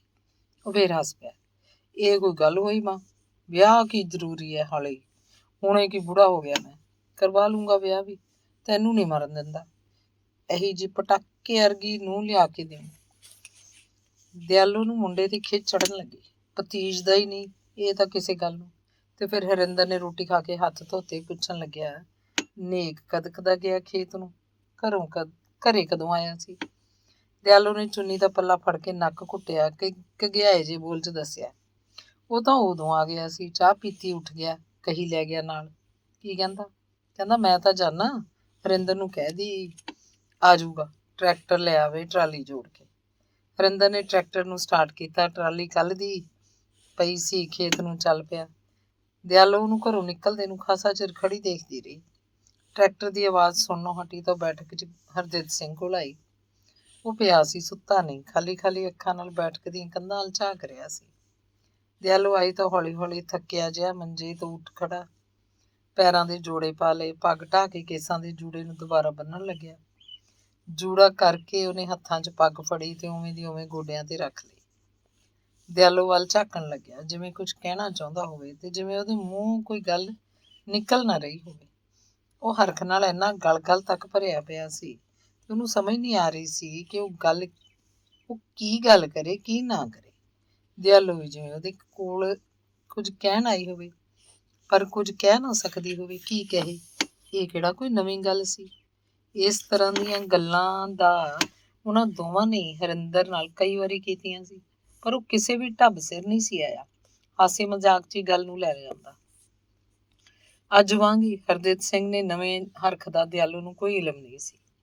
ਅਖੀਰ ਹਰਦਿਤ ਸਿੰਘ ਨੇ ਜ਼ੁਬਾਨ ਖੋਲ੍ਹੀ, ਚਾਹ ਦੀ ਬੁੱਕ ਤਾਂ ਘਰ ਪੀ ਕੇ ਜਾਂਦੇ ਆ, ਫਿਰ ਕਿਸੇ ਪਾਸੇ ਐਂ ਬੈਠੇ ਤਾਂ ਪੂਰਾ ਨਹੀਂ ਫਟਣਾ, ਬਣਾ ਦਿੰਦੀ ਆ, ਕਹਿ ਕੇ ਦਿਆਲੋ ਬੈਠਕ 'ਚੋਂ ਬਾਹਰ ਹੋ ਗਈ। ਹਰਦਿਤ ਸਿੰਘ ਹੌਲੀ ਹੌਲੀ ਪੱਗ ਬੰਨ੍ਹਣ ਲੱਗਿਆ। ਅੰਗ 17ਵਾਂ। ਸਤੰਬਰ ਅਕਤੂਬਰ ਦਾ ਮਹੀਨਾ ਸੀ। ਦੁਸਹਿਰਾ ਹੁਣੇ ਲੰਘ ਕੇ ਗਿਆ ਸੀ। ਅੱਧੀ ਰਾਤ ਤੋਂ ਬਾਅਦ ਠੰਡ ਉਤਰ ਆਉਂਦੀ। ਟਾਵੇਂ ਟਾਵੇਂ ਲੋਕ ਛੱਤਾਂ ਥੱਲੇ ਸੌਣ ਲੱਗ ਪਏ। ਵਿਹੜਿਆਂ 'ਚ ਪੈਣ ਵਾਲੇ ਬੰਦੇ ਮੋਟਾ ਕੱਪੜਾ ਲੈ ਕੇ ਸੌਂਦੇ। ਹਰਦਿਤ ਸਿੰਘ ਤੇ ਦਿਆਲੋ ਰਸੋਈ ਕੋਲ ਵਰਾਂਡੇ ਅੱਗੇ ਸੌਂਦੇ। ਹਰਿੰਦਰ ਬੈਠਕ 'ਚ ਸੌਂਦਾ ਹੁੰਦਾ। ਉਹ ਤਾਂ ਬੈਠਕ 'ਚ ਹੀ ਸੌਂਦਾ। ਹਾੜ ਹੋਵੇ ਸਿਆਲ ਹੋਵੇ, ਗਰਮੀ ਦੇ ਦਿਨਾਂ 'ਚ ਉਹਦੀ ਬੈਠਕ ਦਾ ਪੱਖਾ ਸਾਰੀ ਰਾਤ ਚੱਲਦਾ ਰਹਿੰਦਾ। ਉਹਨੂੰ ਮੁੱਢ ਤੋਂ ਹੀ ਰਾਤ ਨੂੰ ਕੁਛ ਨਾ ਕੁਛ ਪੜ੍ਹ ਕੇ ਸੌਣ ਦੀ ਆਦਤ ਸੀ। ਬੈਠਕ 'ਚ ਪੈ ਕੇ ਵਧੀਆ ਪੜ੍ਹਿਆ ਜਾਂਦਾ, ਰੋਸ਼ਨੀ ਦਾ ਚੰਗਾ ਪ੍ਰਬੰਧ ਹੁੰਦਾ, ਇਕੱਲਾ ਹੁੰਦਾ, ਆਰਾਮ ਨਾਲ ਪੜ੍ਹਦਾ ਰਹਿੰਦਾ। ਉਸ ਰਾਤ ਰੋਟੀ ਟੁੱਕ ਦਾ ਕੰਮ ਮੁਕਾ ਕੇ ਦਿਆਲੋ ਪੈ ਚੁੱਕੀ ਸੀ। ਹਰਦਿਤ ਸਿੰਘ ਖੁਰਲੀਆਂ 'ਚ ਪਸ਼ੂਆਂ ਦੇ ਕੱਖ ਦੇਖ ਕੇ ਮੰਜੇ ਤੇ ਆ ਪਿਆ ਸੀ। ਹਰਿੰਦਰ ਬੈਠਕ 'ਚ ਸਿਰਹਾਣੇ ਉੱਤੇ ਕੋਹਣੀ ਟਿਕਾ ਕੇ ਕੋਈ ਕਿਤਾਬ ਪੜ੍ਹ ਰਿਹਾ ਸੀ। ਮਗਰਲੀ ਕੰਧ ਉੱਤੇ ਟਿਊਬ ਜਗ ਰਹੀ ਸੀ। ਪੱਖਾ ਇੱਕ ਨੰਬਰ ਤੇ ਚੱਲ ਰਿਹਾ ਸੀ। ਕਿਤਾਬ ਦੇ ਖਾਸੇ ਪੰਨੇ ਉਹਨੇ ਮੁਕਾ ਲਏ ਸੀ। ਉਬਾਸੀਆਂ ਆਉਣ ਲੱਗੀਆਂ ਤਾਂ ਉਹਨੇ ਕਾਂਡ ਖਤਮ ਕਰਕੇ ਸੌਣ ਬਾਰੇ ਸੋਚਿਆ। ਉਸੇ ਪਲ ਉਹਨਾਂ ਦੇ ਘਰ ਦਾ ਲੋਹੇ ਦਾ ਗੇਟ ਖੜਕਿਆ, ਜਿਵੇਂ ਕੋਈ ਆਇਆ ਹੋਵੇ। ਦੂਜੀ ਵਾਰ ਗੇਟ ਦਾ ਕੁੰਡਾ ਫੇਰ ਖੜਕਿਆ, ਇਸ ਵਾਰ ਪਹਿਲਾਂ ਨਾਲੋਂ ਉੱਚੀ। ਹਰਿੰਦਰ ਝੱਟ ਦੇ ਕੇ ਮੰਜੇ ਤੋਂ ਉੱਠਿਆ, ਬੈਠਕ 'ਚੋਂ ਬਾਹਰ ਹੋ ਕੇ ਗੇਟ ਦੀ ਅਰਲ ਨੂੰ ਖਿੱਚਣ ਲੱਗਿਆ। ਬਾਹਰ ਖੜੇ ਪਤਾ ਨਹੀਂ ਕਿੰਨੇ ਜਣੇ ਸੀ। ਨਿੱਕੀ ਨਿੱਕੀ ਕੋਈ ਗੱਲ ਕਰਦੇ, ਨਿੱਕਾ ਨਿੱਕਾ ਹੱਸਦੇ। ਹਰਿੰਦਰ ਨੂੰ ਲੱਗਿਆ ਉਹਦੇ ਕੋਈ ਜਾਣਨ ਵਾਲੇ ਹੀ ਆ। ਗੇਟ ਖੋਲ ਕੇ ਉਹਨੇ ਬਾਹਰ ਝਾਤ ਮਾਰੀ ਤਾਂ ਦੋ ਪਰਛਾਵੇਂ ਜੇ ਉਹਦੇ ਕੋਲ ਅੰਦਰ ਨੂੰ ਲੰਘ ਆਏ। ਹਰਿੰਦਰ ਪੁੱਛਣ ਲੱਗਿਆ, ਕਿਹੜੇ ਸਰੀਰ ਹੈ? ਜਿਹੜੇ ਸਮਝ ਲਓ। ਆਉਣ ਵਾਲੇ ਸਿੱਧੇ ਬੈਠਕ ਵੱਲ ਜਾ ਰਹੇ ਸੀ, ਜਿਵੇਂ ਪਹਿਲਾਂ ਵੀ ਕਦੇ ਇੱਥੇ ਆ ਚੁੱਕੇ ਹੋਣ। ਗੇਟ ਦੀ ਅਰਲ ਲਾਉਣ ਤੋਂ ਪਹਿਲਾਂ ਉਹਨੇ ਬੈਠਕ ਦੇ ਚਾਨਣ 'ਚ ਜਾ ਕੇ ਉਹਨਾਂ ਨੂੰ ਪਛਾਣ ਲੈਣਾ ਚਾਹਿਆ। ਉਹ ਦੋ ਜਣੇ ਸੀ, ਚੰਗੀ ਤਰ੍ਹਾਂ ਜਾਣੇ ਪਛਾਣੇ। ਇੱਕ ਸੀ ਅਜਮੇਰ ਧਾਲੀਵਾਲ, ਪਟਿਆਲਾ ਯੂਨੀਵਰਸਿਟੀ ਤੋਂ ਫਿਜ਼ਿਕਸ ਦੀ MSc ਕੀਤੀ, ਤੇ ਦੂਜਾ ਰਾਮਦਾਸ, BA ਕਰਕੇ ਹਟ ਗਿਆ ਸੀ। ਇਹ ਉਹੀ ਰਾਮਦਾਸ ਸੀ ਜਿਹੜਾ ਬਠਿੰਡੇ ਕਦੇ ਬਲਕਾਰ ਨਾਲ ਪੜ੍ਹਦਾ ਹੁੰਦਾ ਸੀ, ਤੇ ਉਹ ਕਿਲੇ ਕੋਲ ਇੱਕ ਕਮਰਾ ਕਿਰਾਏ ਤੇ ਲੈ ਕੇ ਇਕੱਠੇ ਰਹਿੰਦੇ ਹੁੰਦੇ। ਭੁੰਦੜ ਦਾ ਰਾਮਦਾਸ ਅਜਮੇਰ ਧਾਲੀਵਾਲ ਦੀਨਾ ਕਾਂਗੜਵਾਲ ਦੇ ਕਿਸੇ ਪਿੰਡ ਦਾ ਮੁੰਡਾ ਸੀ। ਬਸ ਇੰਝ ਹੀ ਫਿਰਦੇ ਫਿਰਾਉਂਦੇ ਉਹ ਹਰਿੰਦਰ ਦੇ ਵਾਕਫ ਹੋ ਗਏ ਸੀ। ਪਾਰਟੀ ਸਕੂਲਾਂ 'ਚ ਕਈ ਵਾਰ ਇਕੱਠੇ ਹੋ ਚੁੱਕੇ ਸੀ। ਉਹਨਾਂ ਨਾਲ ਹਰਿੰਦਰ ਦੀਆਂ ਅੱਖਾਂ ਮਿਲੀਆਂ ਤਾਂ ਉਹ ਤਿੰਨੇ ਹੀ ਹੱਸਣ ਲੱਗੇ। ਹੱਥ ਮਿਲਾਏ। ਹਰਿੰਦਰ ਕਹਿੰਦਾ, ਆਉਣਾ ਮੈਂ, ਤੁਸੀਂ ਬੈਠੋ, ਮੈਂ ਗੇਟ ਬੰਦ ਕਰਾਂ। ਹਰਿੰਦਰ ਮੁੜ ਕੇ ਆਇਆ ਤਾਂ ਅਜਮੇਰ ਕਹਿੰਦਾ, ਲੈ ਪਹਿਲਾਂ ਹੀ ਕਹਿ ਦਈਏ, ਰੋਟੀ ਖਾਵਾਂਗੇ, ਭੁੱਖ ਬਹੁਤ ਲੱਗੀ ਆ। ਕੋਈ ਨਹੀਂ, ਰੋਟੀ ਤਾਂ ਬਣ ਜਾਂਦੀ ਹੈ, ਤੁਸੀਂ ਠੀਕ ਠਾਕ ਹੋ ਕੇ ਬਹਿ ਜਾਓ, ਹਰਿੰਦਰ ਨੇ ਕਿਹਾ। ਇੱਕ ਗੱਲ ਹੋਰ ਵੀ ਹੈ, ਪਾਣੀ ਤੱਤਾ ਜੇ ਥੋੜਾ ਥੋੜਾ ਮਿਲ ਜੇ, ਲੱਤਾਂ ਦੁਖੀ ਜਾਂਦੀਆਂ, ਹੱਥ ਪੈਰ ਵੀ ਧੋ ਲਾਂਗੇ ਯਾਰ, ਰਾਮਦਾਸ ਨੇ ਕਿਹਾ। ਪਾਣੀ ਵੀ ਹੋ ਜੂ, ਹੋਰ ਦੱਸ, ਰੋਟੀ ਪਿੱਛੋਂ ਚਾਹ ਜ਼ਰੂਰ ਧਰਾ ਦੀ, ਤੈਨੂੰ ਪਤਾ ਹੀ ਆ ਆਪਾਂ ਚਾਹ ਤਾਂ ਪੀਂਦੇ ਹੁੰਦੇ ਹਾਂ। ਅਜਮੇਰ ਹੱਸਣ ਲੱਗਿਆ, ਅਸੀਂ ਤਾਂ ਖਾ ਪੀ ਕੇ ਪੈ ਗਏ ਸੀ, ਰੋਟੀ ਨਵੇਂ ਸਿਰੇ ਬਣੂ। ਹੁਣ ਮਾਂ ਨੂੰ ਜਗਾਉਣਾ ਜਾ ਕੇ, ਰੋਟੀ ਨੂੰ ਤਾਂ ਚਿਰ ਲੱਗੂ, ਹਾਲੇ ਪਹਿਲਾਂ ਚਾਹ ਹੀ ਬਣਵਾ ਲਿਆਵਾਂ। ਹਾਂ ਠੀਕ ਹੈ, ਚਾਹ ਪਹਿਲਾਂ ਲਿਆ, ਪਾਣੀ ਵੀ ਪਹਿਲਾਂ ਠੀਕ ਰਹੂਗਾ, ਹੱਥ ਪੈਰ ਧੋ ਕੇ ਆਰਾਮ ਨਾਲ ਮੰਜਿਆਂ ਤੇ ਬੈਠਾਂਗੇ, ਰਾਮਦਾਸ ਬੋਲ ਰਿਹਾ ਸੀ। ਉਹ ਮਾਂ ਦੇ ਮੰਜੇ ਕੋਲ ਗਿਆ, ਉਹਨੂੰ ਹੌਲੀ ਦੇ ਕੇ ਜਗਾਇਆ। ਉਹ ਉੱਠ ਖੜੀ, ਹਰਿੰਦਰ ਦੇ ਮਗਰ ਮਗਰ ਰਸੋਈ 'ਚ ਆ ਗਈ। ਹਰਿੰਦਰ ਨੇ ਰਸੋਈ ਦੀ ਬਿਜਲੀ ਬੱਤੀ ਜਗਾਤੀ। ਮਾਂ ਦੇ ਕੰਨ ਕੋਲ ਮੂੰਹ ਕਰਕੇ ਧੀਮੀ ਆਵਾਜ਼ 'ਚ ਸਮਝਾਉਣ ਲੱਗਾ, ਮਾਂ 2 ਬੰਦੇ ਨੇ, 7-8 ਤਾਂ ਰੋਟੀਆਂ ਲਾ ਦੇ, ਆਲੂ ਪਏ ਹੋਣਗੇ, ਉਬਾਲ ਕੇ ਸਬਜ਼ੀ ਬਣਾ ਦੇ ਤਰੀ ਵਾਲੀ, ਗੰਢੇ ਤੇ ਅੰਬ ਦਾ ਅਚਾਰ ਹੈਗਾ ਹੀ ਆ। ਠੀਕ ਹੈ। ਕੌਣ ਹੈ ਇਸ ਵੇਲੇ? ਮਾਂ ਨੇ ਪੁੱਛਿਆ। ਹੈਗੇ ਕੋਈ ਦੋਸਤ ਨੇ ਮੇਰੇ। ਆਹ ਵੇਲਾ ਆਉਣ ਦਾ ਕੋਈ? ਆਉਣਾ ਸੀ ਤਾਂ ਸਦੇਹਾ ਆਉਂਦੀ। ਫਿਰ ਕੀ ਹੋ ਗਿਆ? ਘਰ ਹੈ, ਜਦੋਂ ਮਰਜ਼ੀ ਆਵੇ ਕੋਈ। ਆਪਦੀ ਤੀਵੀਂ ਨੂੰ ਉਠਾ ਲਿਆ ਕਰੀ ਅੱਧੀ ਅੱਧੀ ਰਾਤ। ਮੈਥੋਂ ਨਹੀਂ ਪੱਕਦੀਆਂ ਪੋਲੀਆਂ ਤੇਰੇ ਦੋਸਤਾਂ ਦੀਆਂ। ਕਿਹੜੇ ਨੇ? ਅਹੀ ਤੀ ਕਰਾਉਣੇ ਇਸ ਵੇਲੇ ਆਉਣ ਵਾਲੇ ਇਹ। ਮਾਂ ਚੁੱਲ੍ਹੇ 'ਚ ਸੁੱਕੇ ਗੋਹੇ ਤੇ ਮਿੱਟੀ ਦਾ ਤੇਲ ਪਾ ਕੇ ਅੱਗ ਮਚਾਉਣ ਲੱਗੀ। ਚੰਗਾ, ਤੜਕੇ ਦੇ ਲਈ ਗਾਲਾਂ, ਹੁਣ ਉੱਚੀ ਨਾ ਬੋਲ। ਬਾਪੂ ਜਾਗ ਪਿਆ ਤਾਂ ਘੰਟਾ ਉਹਨੇ ਬੁੜਬੁੜ ਕਰਨੋਂ ਨਹੀਂ ਹਟਣਾ। ਪਹਿਲਾਂ 2 ਗਲਾਸ ਚਾਹ ਦੇ ਕਰ ਦੇ, ਮੈਂ ਟੋਕਣੀ 'ਚ ਪਾਣੀ ਲੈ ਕੇ ਆਉਣਾ। ਚਾਹ ਪਿੱਛੋਂ ਪਾਣੀ ਤੱਤਾ ਕਰਨਾ ਹੈ। ਹਰਿੰਦਰ ਟੋਕਣੀ ਚੁੱਕ ਕੇ ਬਾਹਰ ਪੰਪ ਵੱਲ ਚਲਾ ਗਿਆ। ਮਾਂ ਨੇ ਚਾਹ ਦਾ ਪਾਣੀ ਧਰਤਾ। ਉਹਨਾਂ ਨੂੰ ਚਾਹ ਪਿਆ ਕੇ ਆਇਆ ਤਾਂ ਰਸੋਈ 'ਚ ਪਾਣੀ ਹੋਇਆ ਪਿਆ ਸੀ। ਖਲਪਾੜਾ ਨੇ ਅੱਗ ਨੇ ਮਿੰਟਾਂ 'ਚ ਹੀ ਪਾਣੀ ਨੂੰ ਰਿੱਝਣ ਲਾਤਾ। ਬਾਲਟੀ 'ਚ ਟੋਕਣੀ ਉਲਟਾ ਕੇ ਉਹ ਬੈਠਕ 'ਚ ਆ ਗਿਆ। ਤੌਲੀਆ ਵੀ ਨਾਲ ਚੁੱਕ ਲਿਆ। ਫਿਰ ਇੱਕ ਬਾਲਟੀ ਠੰਡੇ ਪਾਣੀ ਦੀ ਲੈ ਗਿਆ। ਦੋਵਾਂ ਨੇ ਹੱਥ ਪੈਰ ਧੋਤੇ। ਹਰਿੰਦਰ ਨੇ ਉਹਨਾਂ ਦੇ ਬਿਸਤਰੇ ਵਿਛਾਤੀ। ਉਹ ਆਪੋ ਆਪਣੇ ਮੰਜਿਆਂ ਤੇ ਬੈਠ ਗਏ। ਹਰਿੰਦਰ ਦਾ ਹਾਲ ਚਾਲ ਪੁੱਛਣ ਲੱਗੇ। ਸਾਂਝੀਆਂ ਜੀਆਂ ਗੱਲਾਂ ਉਹ ਕਰਦੇ ਰਹੇ। ਰਾਮਦਾਸ ਬੋਲਦਾ, ਕਦੇ ਅਜਮੇਰ ਤੇ ਕਦੇ ਹਰਿੰਦਰ। ਤੱਤੀਆਂ ਤੱਤੀਆਂ ਰੋਟੀਆਂ ਨਾਲ ਉਹਨਾਂ ਨੂੰ ਆਲੂਆਂ ਦੀ ਸਬਜ਼ੀ ਬਹੁਤ ਸਵਾਦ ਲੱਗੀ। ਖੰਡ, ਚਾਹ, ਦੁੱਧ ਦੀ ਕੜਵੀ ਹਰਿੰਦਰ ਬੈਠਕ 'ਚ ਹੀ ਚੁੱਕ ਲਿਆਇਆ। ਛੋਟਾ ਡਬਕੂ ਤੇ ਕੱਚ ਦੇ 3 ਗਲਾਸ ਵੀ ਬੈਠਕ 'ਚ ਬੱਤੀਆਂ ਵਾਲਾ ਸਟੋਵ ਪਿਆ ਹੀ ਰਹਿੰਦਾ। ਇਹ ਸਟੋਵ ਪੁਸ਼ਪਿੰਦਰ ਦਾ ਖਰੀਦਿਆ ਹੋਇਆ ਸੀ। ਪੜ੍ਹਦੀ ਰਹਿੰਦੀ ਸੀ, ਜਦੋਂ ਜੀਅ ਕਰਦਾ ਚਾਹ ਬਣਾ ਕੇ ਪੀ ਲੈਂਦੀ। ਹੁਣ ਇਹੀ ਕੰਮ ਹਰਿੰਦਰ ਦਾ ਸੀ। ਉਹ ਕਹਿੰਦਾ, ਲੈ ਵੀ, ਸਾਰਾ ਸਮਾਨ ਇੱਥੇ ਹੀ ਚੱਕ ਲਿਆ ਮੈਂ, ਆਪਾਂ ਹੀ ਬਣਾਵਾਂਗੇ ਚਾਹ, ਜਿੰਨੀ ਵਾਰੀ ਜੀਅ ਕਰੇ ਪੀ ਜਾਇਓ। ਹਰਿੰਦਰ ਨੇ ਸਟੋਵ ਬਾਲ ਲਿਆ, ਚਾਹ ਧਰਤੀ। ਰਾਮਦਾਸ ਬੋਲਿਆ, ਅਜਮੇਰ, ਮੈਂ ਇੱਕ ਗੱਲ ਹੋਰ ਕਹਿਣਾ ਬਈ ਇਹ ਭਰਮਾਂ ਵਹਿਮਾਂ ਤੇ ਚਮਤਕਾਰਾਂ ਤੋਂ ਵੀ ਗਾਹਾਂ ਨਿਕਲ ਕੇ ਇਹ ਧਰਮ ਦਾ ਜੋ ਚੱਕਰ ਹੈ, ਮਨੁੱਖ ਲਈ ਇਹ ਬੜੀ ਖਤਰਨਾਕ ਬਿਮਾਰੀ ਹੈ। ਹਾਂ, ਇਹ ਤਾਂ ਹੈ ਹੀ, ਪਰ ਬੁਨਿਆਦੀ ਤੌਰ ਤੇ ਦੁਨੀਆ ਦਾ ਕੋਈ ਵੀ ਧਰਮ ਇੱਕ ਦੂਜੇ ਨਾਲ ਲੜਨ ਦੀ ਸਿੱਖਿਆ ਨਹੀਂ ਦਿੰਦਾ। ਹਰ ਧਰਮ ਕਹਿੰਦਾ ਪਰਮਾਤਮਾ ਇੱਕ ਹੈ, ਸਾਰੀ ਸ੍ਰਿਸ਼ਟੀ ਉਹਨੇ ਪੈਦਾ ਕੀਤੀ ਹੈ, ਸਾਰੇ ਮਨੁੱਖ ਭਰਾ ਭਰਾ ਨੇ। ਪਰ ਵਿਗਾੜ ਕਦੋਂ ਪੈਦਾ ਹੋਇਆ? ਜਦੋਂ ਧਰਮਾਂ 'ਚ ਫਿਰਕਾ ਪ੍ਰਸਤੀ ਆਈ। ਫਿਰਕਾ ਪ੍ਰਸਤੀ ਦੀ ਜੜ ਹੈ ਕੁਰਸੀ ਦਾ ਮੋਹ। ਰਾਜ ਸੱਤਾ ਹਥਿਆਉਣ ਲਈ ਧਰਮ ਦੇ ਆਗੂ ਆਮ ਲੋਕਾਂ ਨੂੰ ਫਿਰਕਾ ਪ੍ਰਸਤੀ ਦਾ ਨਸ਼ਾ ਸੁੰਘਾ ਦਿੰਦੇ ਆ। ਰਾਮਦਾਸ ਕਹਿੰਦਾ, ਸਰਮਾਏਦਾਰਾਂ ਲਈ ਲੋਕਾਂ 'ਚ ਫਿਰਕਾ ਪ੍ਰਸਤੀ ਫੈਲਾਉਣਾ, ਫਸਾਦ ਕਰਾ ਦੇਣੇ, ਲੋਕਾਂ ਨੂੰ ਧਾਰਮਿਕ ਪਖੰਡਾਂ 'ਚ ਉਲਝਾਈ ਰੱਖਣਾ, ਆਪਣੀ ਪ੍ਰਭੂ ਸੱਤਾ ਕਾਇਮ ਰੱਖਣ ਦਾ ਬੜਾ ਸੌਖਾ ਤਰੀਕਾ ਹੈ। ਆਮ ਲੋਕ ਇਹਨਾਂ 'ਚ ਹੀ ਫਸੇ ਰਹਿੰਦੇ ਆ। ਜਾਂ ਫਿਰ ਇਹ ਪ੍ਰਚਾਰ ਕਿ ਉਹ ਊਚ ਨੀਚ ਸਭ ਰੱਬ ਦੀ ਰਜ਼ਾ ਹੈ, ਜਾਂ ਕਰਮਾਂ ਦਾ ਫਲ ਹੈ। ਰੱਬ 'ਚ ਵਿਸ਼ਵਾਸ ਮਨੁੱਖ ਨੂੰ ਘੇਰੀ ਬਣਾ ਦਿੰਦਾ ਹੈ। 3 ਗਲਾਸਾਂ 'ਚ ਚਾਹ ਪਾ ਕੇ ਹਰਿੰਦਰ ਅਜਮੇਰ ਦੇ ਮੰਜੇ ਤੇ ਬੈਠ ਗਿਆ। ਅਜਮੇਰ ਕਹਿੰਦਾ, ਲਿਆ ਫਿਰ, ਦੇ ਹੁਣ ਪੀਏ। ਹਰਿੰਦਰ ਬੋਲਿਆ, ਤੱਤੀ ਹੈ, ਪੀਤੀ ਨਹੀਂ ਜਾਣੀ। ਦਿਨਾ ਬਸ, ਤੁਸੀਂ ਗਾਹਾਂ ਕਰੋ ਗੱਲ। ਹਰਿੰਦਰ ਨੇ ਦੋਹਾਂ ਨੂੰ ਚਾਹ ਦੇ ਗਲਾਸ ਫੜਾਏ। ਤੀਜਾ ਗਲਾਸ ਆਪ ਲੈ ਕੇ ਚਾਹ ਪੀਣ ਲੱਗਿਆ। ਚਾਹ ਦੀ ਘੁੱਟ ਭਰ ਕੇ ਅਜਮੇਰ ਕਹਿੰਦਾ, ਇੱਕ ਸਰਮਾਏਦਾਰੀ ਚਾਲ ਹੋਰ ਦੇਖੋ। ਅਖੇ ਹਿੰਦੂ ਸਭ ਭਾਈ ਭਾਈ ਨੇ, ਸਿੱਖ ਸਭ ਭਾਈ ਭਾਈ ਨੇ, ਮੁਸਲਮਾਨ ਸਭ ਭਾਈ ਭਾਈ ਨੇ, ਈਸਾਈ ਅਮੀਰ ਹੋਵੇ, ਈਸਾਈ ਗਰੀਬ ਹੋਵੇ, ਧਾਰਮਿਕ ਪੱਧਰ ਉੱਤੇ ਉਹ ਇੱਕ ਨੇ। ਉਹਨਾਂ ਦੀ ਲੜਾਈ ਕਾਹਦੀ? ਹੁਣ ਇਹ ਵੀ ਸਮਝਣ ਦੀ ਲੋੜ ਹੈ, ਸਮਾਜ 'ਚ ਵੱਖ-ਵੱਖ ਜਮਾਤਾਂ ਦੀ, ਲੋਟੂਆਂ ਤੇ ਲੁੱਟੇ ਜਾਣ ਵਾਲਿਆਂ ਦੀ ਸਿਆਸਤ ਇੱਕੋ ਕਿਵੇਂ ਹੋ ਸਕਦੀ ਹੈ, ਭਾਵੇਂ ਕਿ ਉਹਨਾਂ 'ਚ ਹਰੇਕ ਦਾ ਸੰਬੰਧ ਇੱਕ ਹੀ ਧਾਰਮਿਕ ਫਿਰਕੇ ਨਾਲ ਕਿਉਂ ਨਾ ਹੋਵੇ। ਉਹ ਚਾਹ ਪੀ ਚੁੱਕੇ ਤਾਂ ਅਜਮੇਰ ਨੇ ਗੱਲ ਬਦਲੀ। ਅੱਛਾ ਬਈ ਕਾਮਰੇਡ, ਤੜਕੇ ਦਾ ਅਸੀਂ ਸਦੇਹਾਂ ਉੱਠ ਜਾਾਂਗੇ, ਕੋਈ ਫੰਡ ਨਹੀਂ ਹੋ ਸਕਦਾ ਥੋੜਾ ਘਣਾ? ਹੋ ਕਿਉਂ ਨਹੀਂ ਸਕਦਾ? ਕਿੰਨੀ ਕੁ ਲੋੜ ਹੈ? ਹਰਿੰਦਰ ਨੇ ਪੁੱਛਿਆ। ਲੋੜ ਤਾਂ ਜਿੰਨੀ ਵੀ ਹੋ ਜੇ। 10 ਵਜੇ ਤੱਕ ਠਹਿਰਨਾ ਪਊ, ਫਿਰ ਤਾਂ ਰੋਟੀ ਖਾ ਕੇ ਜਾਇਓ ਤੜਕੇ। ਸਦੇਹਾਂ ਨੂੰ ਕੀ ਹੈ, ਨਾਲੇ ਇਹ ਕੰਮ ਹੋ ਜੂ। ਹਰਿੰਦਰ ਨੇ ਆਖਿਆ। ਰਾਤ ਕਾਫੀ ਲੰਘ ਚੁੱਕੀ ਸੀ। ਅਜਮੇਰ ਮੰਜੇ ਤੇ ਪੈ ਕੇ ਕਹਿੰਦਾ, ਅੱਛਾ ਤਾਂ ਫਿਰ ਇੱਕ ਗੱਲ ਹੈ, ਕੱਲ ਤਾਂ ਰਾਮਪੁਰੇ ਹੀ ਜਾਣਾ, ਦੁਪਹਿਰੇ ਵਗ ਜਾਾਂਗੇ। ਹਰਿੰਦਰ ਨੇ ਬਿਜਲੀ ਬੁਝਾਤੀ। ਉਹ ਹਨੇਰੇ 'ਚ ਹੀ ਹੋਰ ਨਿੱਕੀਆਂ ਨਿੱਕੀਆਂ ਗੱਲਾਂ ਕਰਦੇ ਸੌਣ ਦੀ ਕੋਸ਼ਿਸ਼ ਕਰਨ ਲੱਗੇ। ਅੰਗ 18ਵਾਂ। ਉਸ ਦਿਨ ਉਹਨਾਂ ਕਰਕੇ ਹਰਿੰਦਰ ਖੇਤ ਨਹੀਂ ਗਿਆ। ਸੀਰੀ ਤੜਕੇ ਸਦਿਆਂ ਆਇਆ ਤੇ ਹਰਦਿਤ ਸਿੰਘ ਨਾਲ ਗੱਲ ਕਰਕੇ ਖੇਤ ਨੂੰ ਉੱਠ ਗਿਆ। ਕਣਕ ਦੀ ਬਿਜਾਈ ਉਹ ਕਰ ਚੁੱਕੇ ਸੀ। ਨਰਮਾ ਆਖਰੀ ਵਾਰ ਦਾ ਚੁਗਣਾ ਰਹਿੰਦਾ ਸੀ। ਖੇਤਾਂ 'ਚ ਉਹਨਾਂ ਦਿਨੀ ਬਹੁਤੀ ਕੰਮ ਨਹੀਂ ਹੁੰਦਾ। ਫਿਰ ਵੀ ਖੇਤ ਦਾ ਗੇੜਾ ਫੇੜਾ ਤਾਂ ਜ਼ਰੂਰੀ ਸੀ। ਹਰਦਿਤ ਸਿੰਘ ਨੇ ਨੇਕ ਨੂੰ ਆਖਿਆ ਵੀ ਉਹ ਚੱਲੇ ਤੇ ਉਹ ਆਪ ਉਹਦੇ ਮਗਰ ਹੀ ਆਉਂਦਾ ਹੈ। ਤੁਰ ਫਿਰ ਕੇ ਖੇਤ ਨੂੰ ਦੇਖਣਗੇ ਕਿ ਕਣਕ ਦਾ ਬੀਜ ਉੱਗ ਰਿਹਾ ਜਾਂ ਨਹੀਂ। ਲੁਧਿਆਣਾ ਯੂਨੀਵਰਸਿਟੀ ਤੋਂ ਲਿਆਂਦਾ ਨਵੀਂ ਕਿਸਮ ਦਾ ਬੀਜ ਹੈ, ਕੀ ਪਤਾ ਨਾ ਹੀ ਉੱਠੇ। ਹਰਦਿਤ ਸਿੰਘ ਦਿਨ ਚੜੇ ਮੰਜੇ ਤੋਂ ਉੱਠਿਆ, ਚਾਹ ਪੀ ਕੇ ਨਿਆਈਆਂ 'ਚ ਜੰਗਲ ਪਾਣੀ ਹੋ ਆਇਆ। ਗੁਸਲਖਾਨੇ 'ਚ ਤੱਤਾ ਪਾਣੀ ਲੈ ਕੇ ਇਸ਼ਨਾਨ ਕਰ ਲਿਆ ਸੀ। ਪਾਸਿਓਂ ਆਏ ਮੁੰਡੇ ਉਹ ਤੋਂ ਪਹਿਲਾਂ ਨਹਾ ਕੇ ਬੈਠਕ 'ਚ ਜਾ ਬੈਠੇ ਸੀ। ਉਹਨੇ ਹਰਿੰਦਰ ਤੋਂ ਨਹੀਂ ਪੁੱਛਿਆ ਕਿ ਉਹ ਕੌਣ ਹੈ, ਕਿੱਥੋਂ ਆਏ ਆ, ਕੀ ਕਰਨ ਆਏ ਆ। ਤਿਆਰ ਹੋ ਕੇ ਉਹ ਖੇਤ ਨੂੰ ਚੱਲ ਪਿਆ। ਜਾਂਦੇ ਨੇ ਬੈਠਕ ਵਿੱਚ ਕਣਖਾ ਜਿਹਾ ਝਾਕ ਕੇ ਨਿਗਾਹ ਮਾਰੀ। ਮੁੰਡਿਆਂ ਦੀ ਅੱਖ ਮਿਲੀ ਤਾਂ ਦੋਵਾਂ ਨੇ ਝੱਟ ਸਿਰ ਝੁਕਾ ਕੇ ਸਤਿ ਸ੍ਰੀ ਅਕਾਲ ਬੁਲਾਤੀ। ਹਰਿੰਦਰ ਸਿੰਘ ਨੇ ਬੁੱਲਾਂ ਵਿੱਚ ਹੀ ਮਿਣ-ਮਿਣ ਕੀਤੀ ਤੇ ਚੁੱਪ ਕੀਤਾ ਘਰੋਂ ਬਾਹਰ ਹੋ ਗਿਆ। ਦਿਆਲੋ ਨੇ ਲੂਣ ਵਾਲੇ ਪਰੌਂਠੇ ਲਾਤੇ। ਇੰਨੇ ਨੂੰ 9:30 ਦਾ ਵਕਤ ਹੋ ਗਿਆ। ਉਹਨਾਂ ਦੋਵਾਂ ਨੂੰ ਬੈਠਕ 'ਚ ਬਿਠਾ ਕੇ ਹਰਿੰਦਰ ਬੈਂਕ ਨੂੰ ਚਲਾ ਗਿਆ। ਆਪਣਾ ਕੰਮ ਵਿੱਚੇ ਛੱਡ ਕੇ ਲਿਬੜੇ ਹੱਥੀਂ ਦਿਆਲੋ ਬੈਠਕ 'ਚ ਆਈ ਮੁੰਡਿਆਂ ਦਾ ਇਸ ਪ੍ਰਕਾਰ ਹਾਲ ਚਾਲ ਪੁੱਛਣ ਲੱਗੇ ਜਿਵੇਂ ਉਹਨਾਂ ਨੂੰ ਪਹਿਲਾਂ ਹੀ ਜਾਣਦੀ ਹੋਵੇ। ਉਹਨੇ ਸਿੱਧਾ ਹੀ ਪੁੱਛ ਲਿਆ ਵੀ ਤੂੰ ਕਿੱਥੋਂ ਭਾਈ, ਤੂੰ ਕਿੱਥੋਂ ਭਾਈ। 2-4 ਗੱਲਾਂ ਕਰਕੇ ਬੁੜੀ ਨੇ ਅੰਦਾਜ਼ਾ ਲਾਇਆ ਕਿ ਇਹ ਹਰਿੰਦਰ ਦੇ ਪੱਕੇ ਮਿੱਤਰ ਹੈ। ਮਿੱਤਰ ਹਨ ਤਾਦੀ ਤਾਂ ਹਰਿੰਦਰ ਕੋਲ ਰਾਤ ਕੱਟੀ ਹੈ।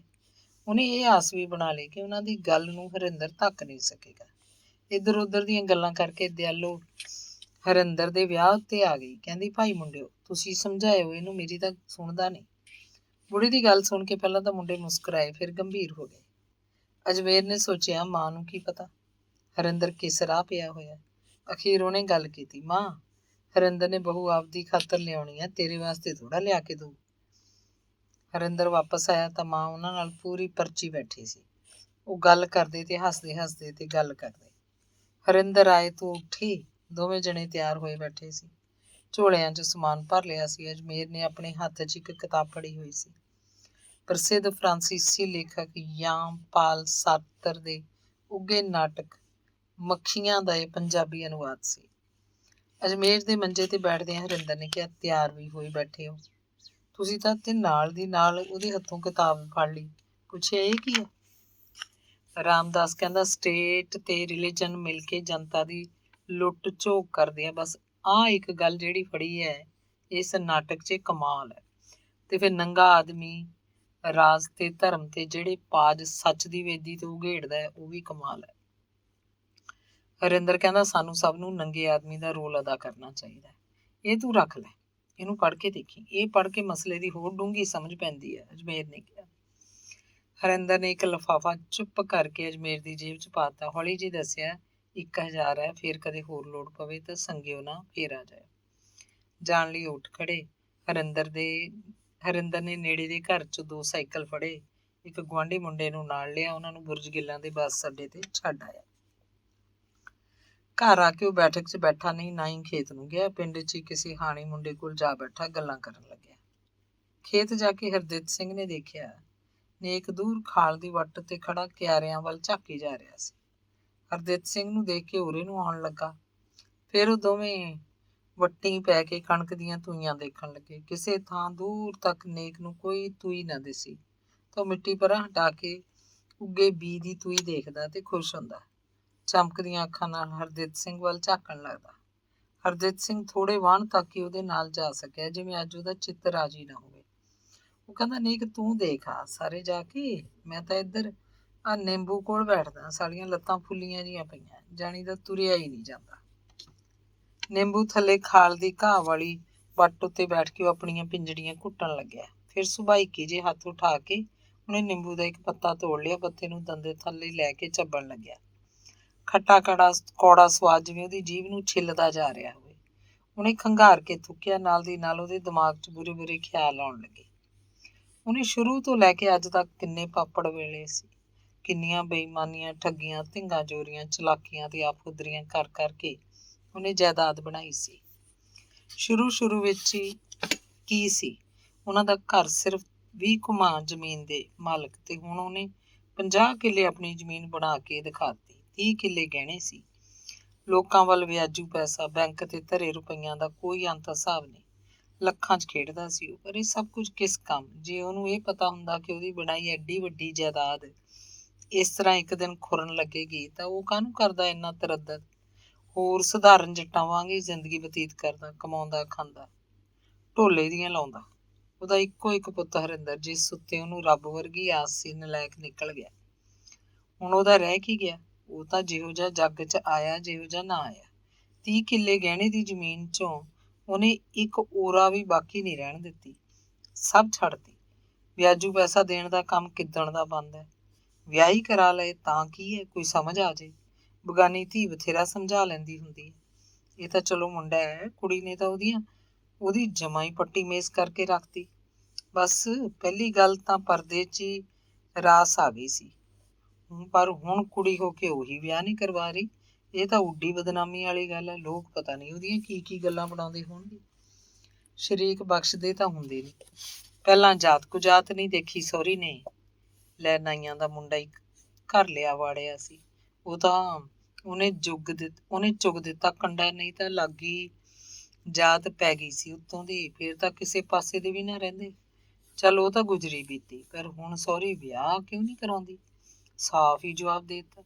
ਇਹਨਾਂ ਹੀ ਗਿਣਤੀਆਂ ਮਿਣਤੀਆਂ 'ਚ ਦੁਪਹਿਰ ਢਲਣ ਲੱਗੀ। ਕਣਕ ਦਾ ਸਾਰਾ ਖੇਤ ਤੁਰ ਫਿਰ ਕੇ ਨੇਕ ਨੇ ਦੇਖ ਲਿਆ। ਹੁਣ ਉਹ ਕਿਸੇ ਹੋਰ ਕੰਮ ਪਰਾਂ ਨੂੰ ਨਿਕਲ ਗਿਆ। ਹਰਜੀਤ ਸਿੰਘ ਉੱਥੋਂ ਉੱਠਿਆ, ਖੜਾ ਹੋ ਕੇ ਦੇਖਿਆ ਨੇਕ ਦੂਰ ਕਿਧਰੇ ਨਰਮੇ ਤੋਂ ਪਾਰ ਫਿਰਦਾ ਸੀ। ਉਹਨੇ ਹਾਕ ਮਾਰੀ, ਪਰ ਜਿਵੇਂ ਉਹ ਪੂਰੀ ਆਵਾਜ਼ ਨਾ ਨਿਕਲੀ ਹੋਵੇ। ਹਰਜੀਤ ਸਿੰਘ ਨੂੰ ਆਪਣਾ ਬੋਲ ਹੀ ਮਰਿਆ ਮਰਿਆ ਜਾਪਿਆ। ਉਹਨੇ ਸੋਚਿਆ ਚੱਲ ਆਪੇ ਆ ਜਾਊਗਾ। ਪਿੰਡ ਨੂੰ ਉਹ ਇੱਥੇ ਕੋਈ ਕੰਮ ਤਾਂ ਹੈ ਨਹੀਂ, ਘਰ ਨੂੰ ਚੱਲਦੇ ਆ। ਪਿੰਡ ਆ ਕੇ ਫਲੇ ਵਾਰ ਵੜਦਿਆਂ ਹਰਜੀਤ ਸਿੰਘ ਦੇ ਮਨ 'ਚ ਪਤਾ ਨਹੀਂ ਕੀ ਗੱਲ ਆਈ।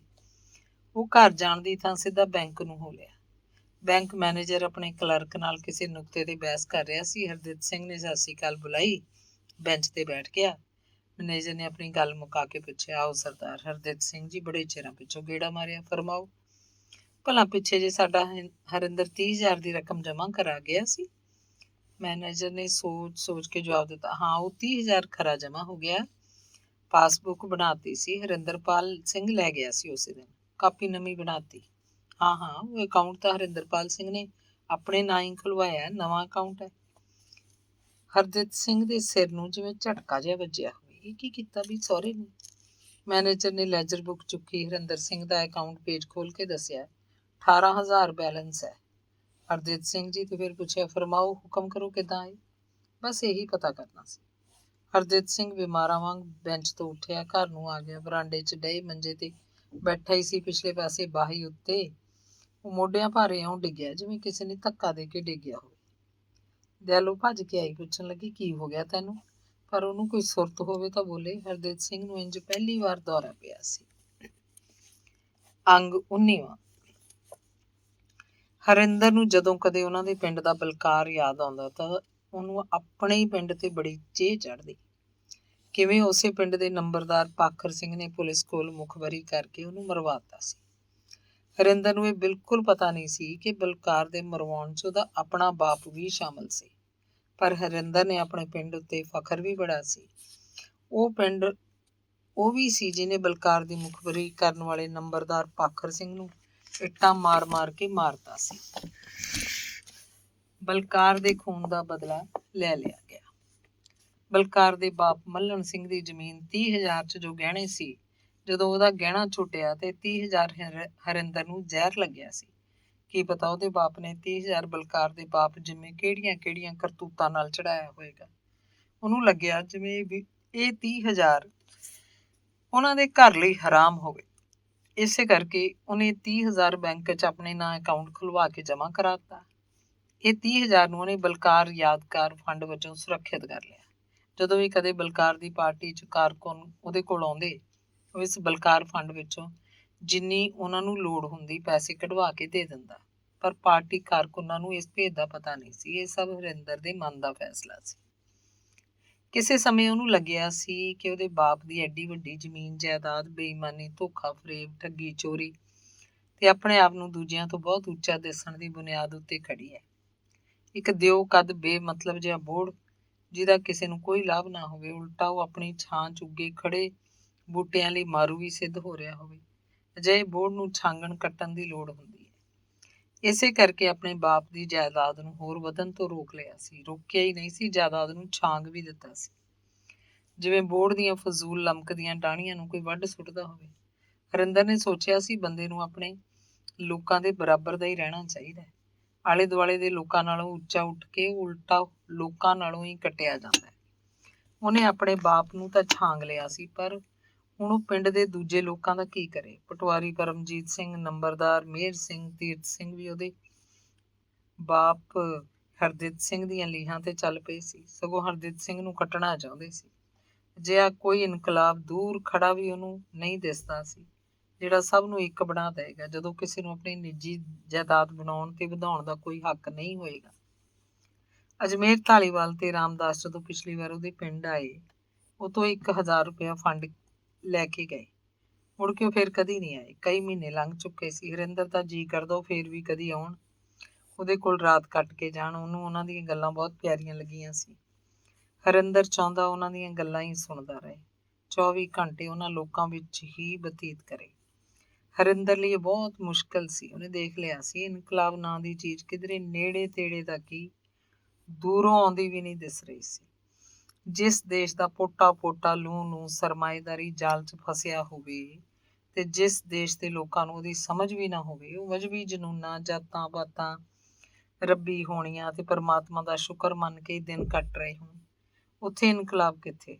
ਤੇ ਫਿਰ ਜਿੱਥੋਂ ਦੇ ਕੁਝ ਇੱਕ ਲੋਕ ਜ਼ਿੰਦਗੀ ਦੀ ਨਿੱਜੀ ਸੁੱਖ ਸੁਵਿਧਾ ਨੂੰ ਹੀ ਸਮਾਜਿਕ ਤਬਦੀਲੀ ਮੰਨ ਬੈਠੇ ਹੋਣ, ਤੇ ਫਿਰ ਇਹ ਵੀ ਉਹੀ ਲੋਕ ਸਮਾਜਵਾਦੀ ਸਮਝ ਵੀ ਰੱਖਦੇ ਹੋਣ। ਹਰਿੰਦਰ ਸੋਚਦਾ, ਤਾਂ ਫਿਰ ਆਪਾਂ ਹੀ ਕਿਉਂ ਮਰੀਏ ਬਈ? ਆਪਣਾ ਘਰ ਉਜਾੜ ਕੇ ਇਨਕਲਾਬ ਤਾਂ ਆਉਣਾ ਨਹੀਂ।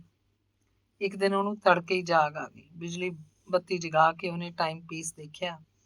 ਅਜੇ ਤਾਂ 4 ਵੀ ਨਹੀਂ ਵੱਜੇ ਸੀ। ਦਿਨ ਚੜ੍ਹਨ 'ਚ ਕਾਫੀ ਚਿਰ ਪਿਆ ਸੀ। ਉਹਨੇ ਅੱਖਾਂ ਮੀਟ ਲਈਆਂ ਤੇ ਦੁਬਾਰਾ ਸੌਂ ਜਾਣ ਦੀ ਕੋਸ਼ਿਸ਼ ਕਰਨ ਲੱਗਿਆ, ਪਰ ਨਾ ਨੀਂਦ ਤਾਂ ਕਿਧਰੇ ਵੀ ਨਹੀਂ ਸੀ।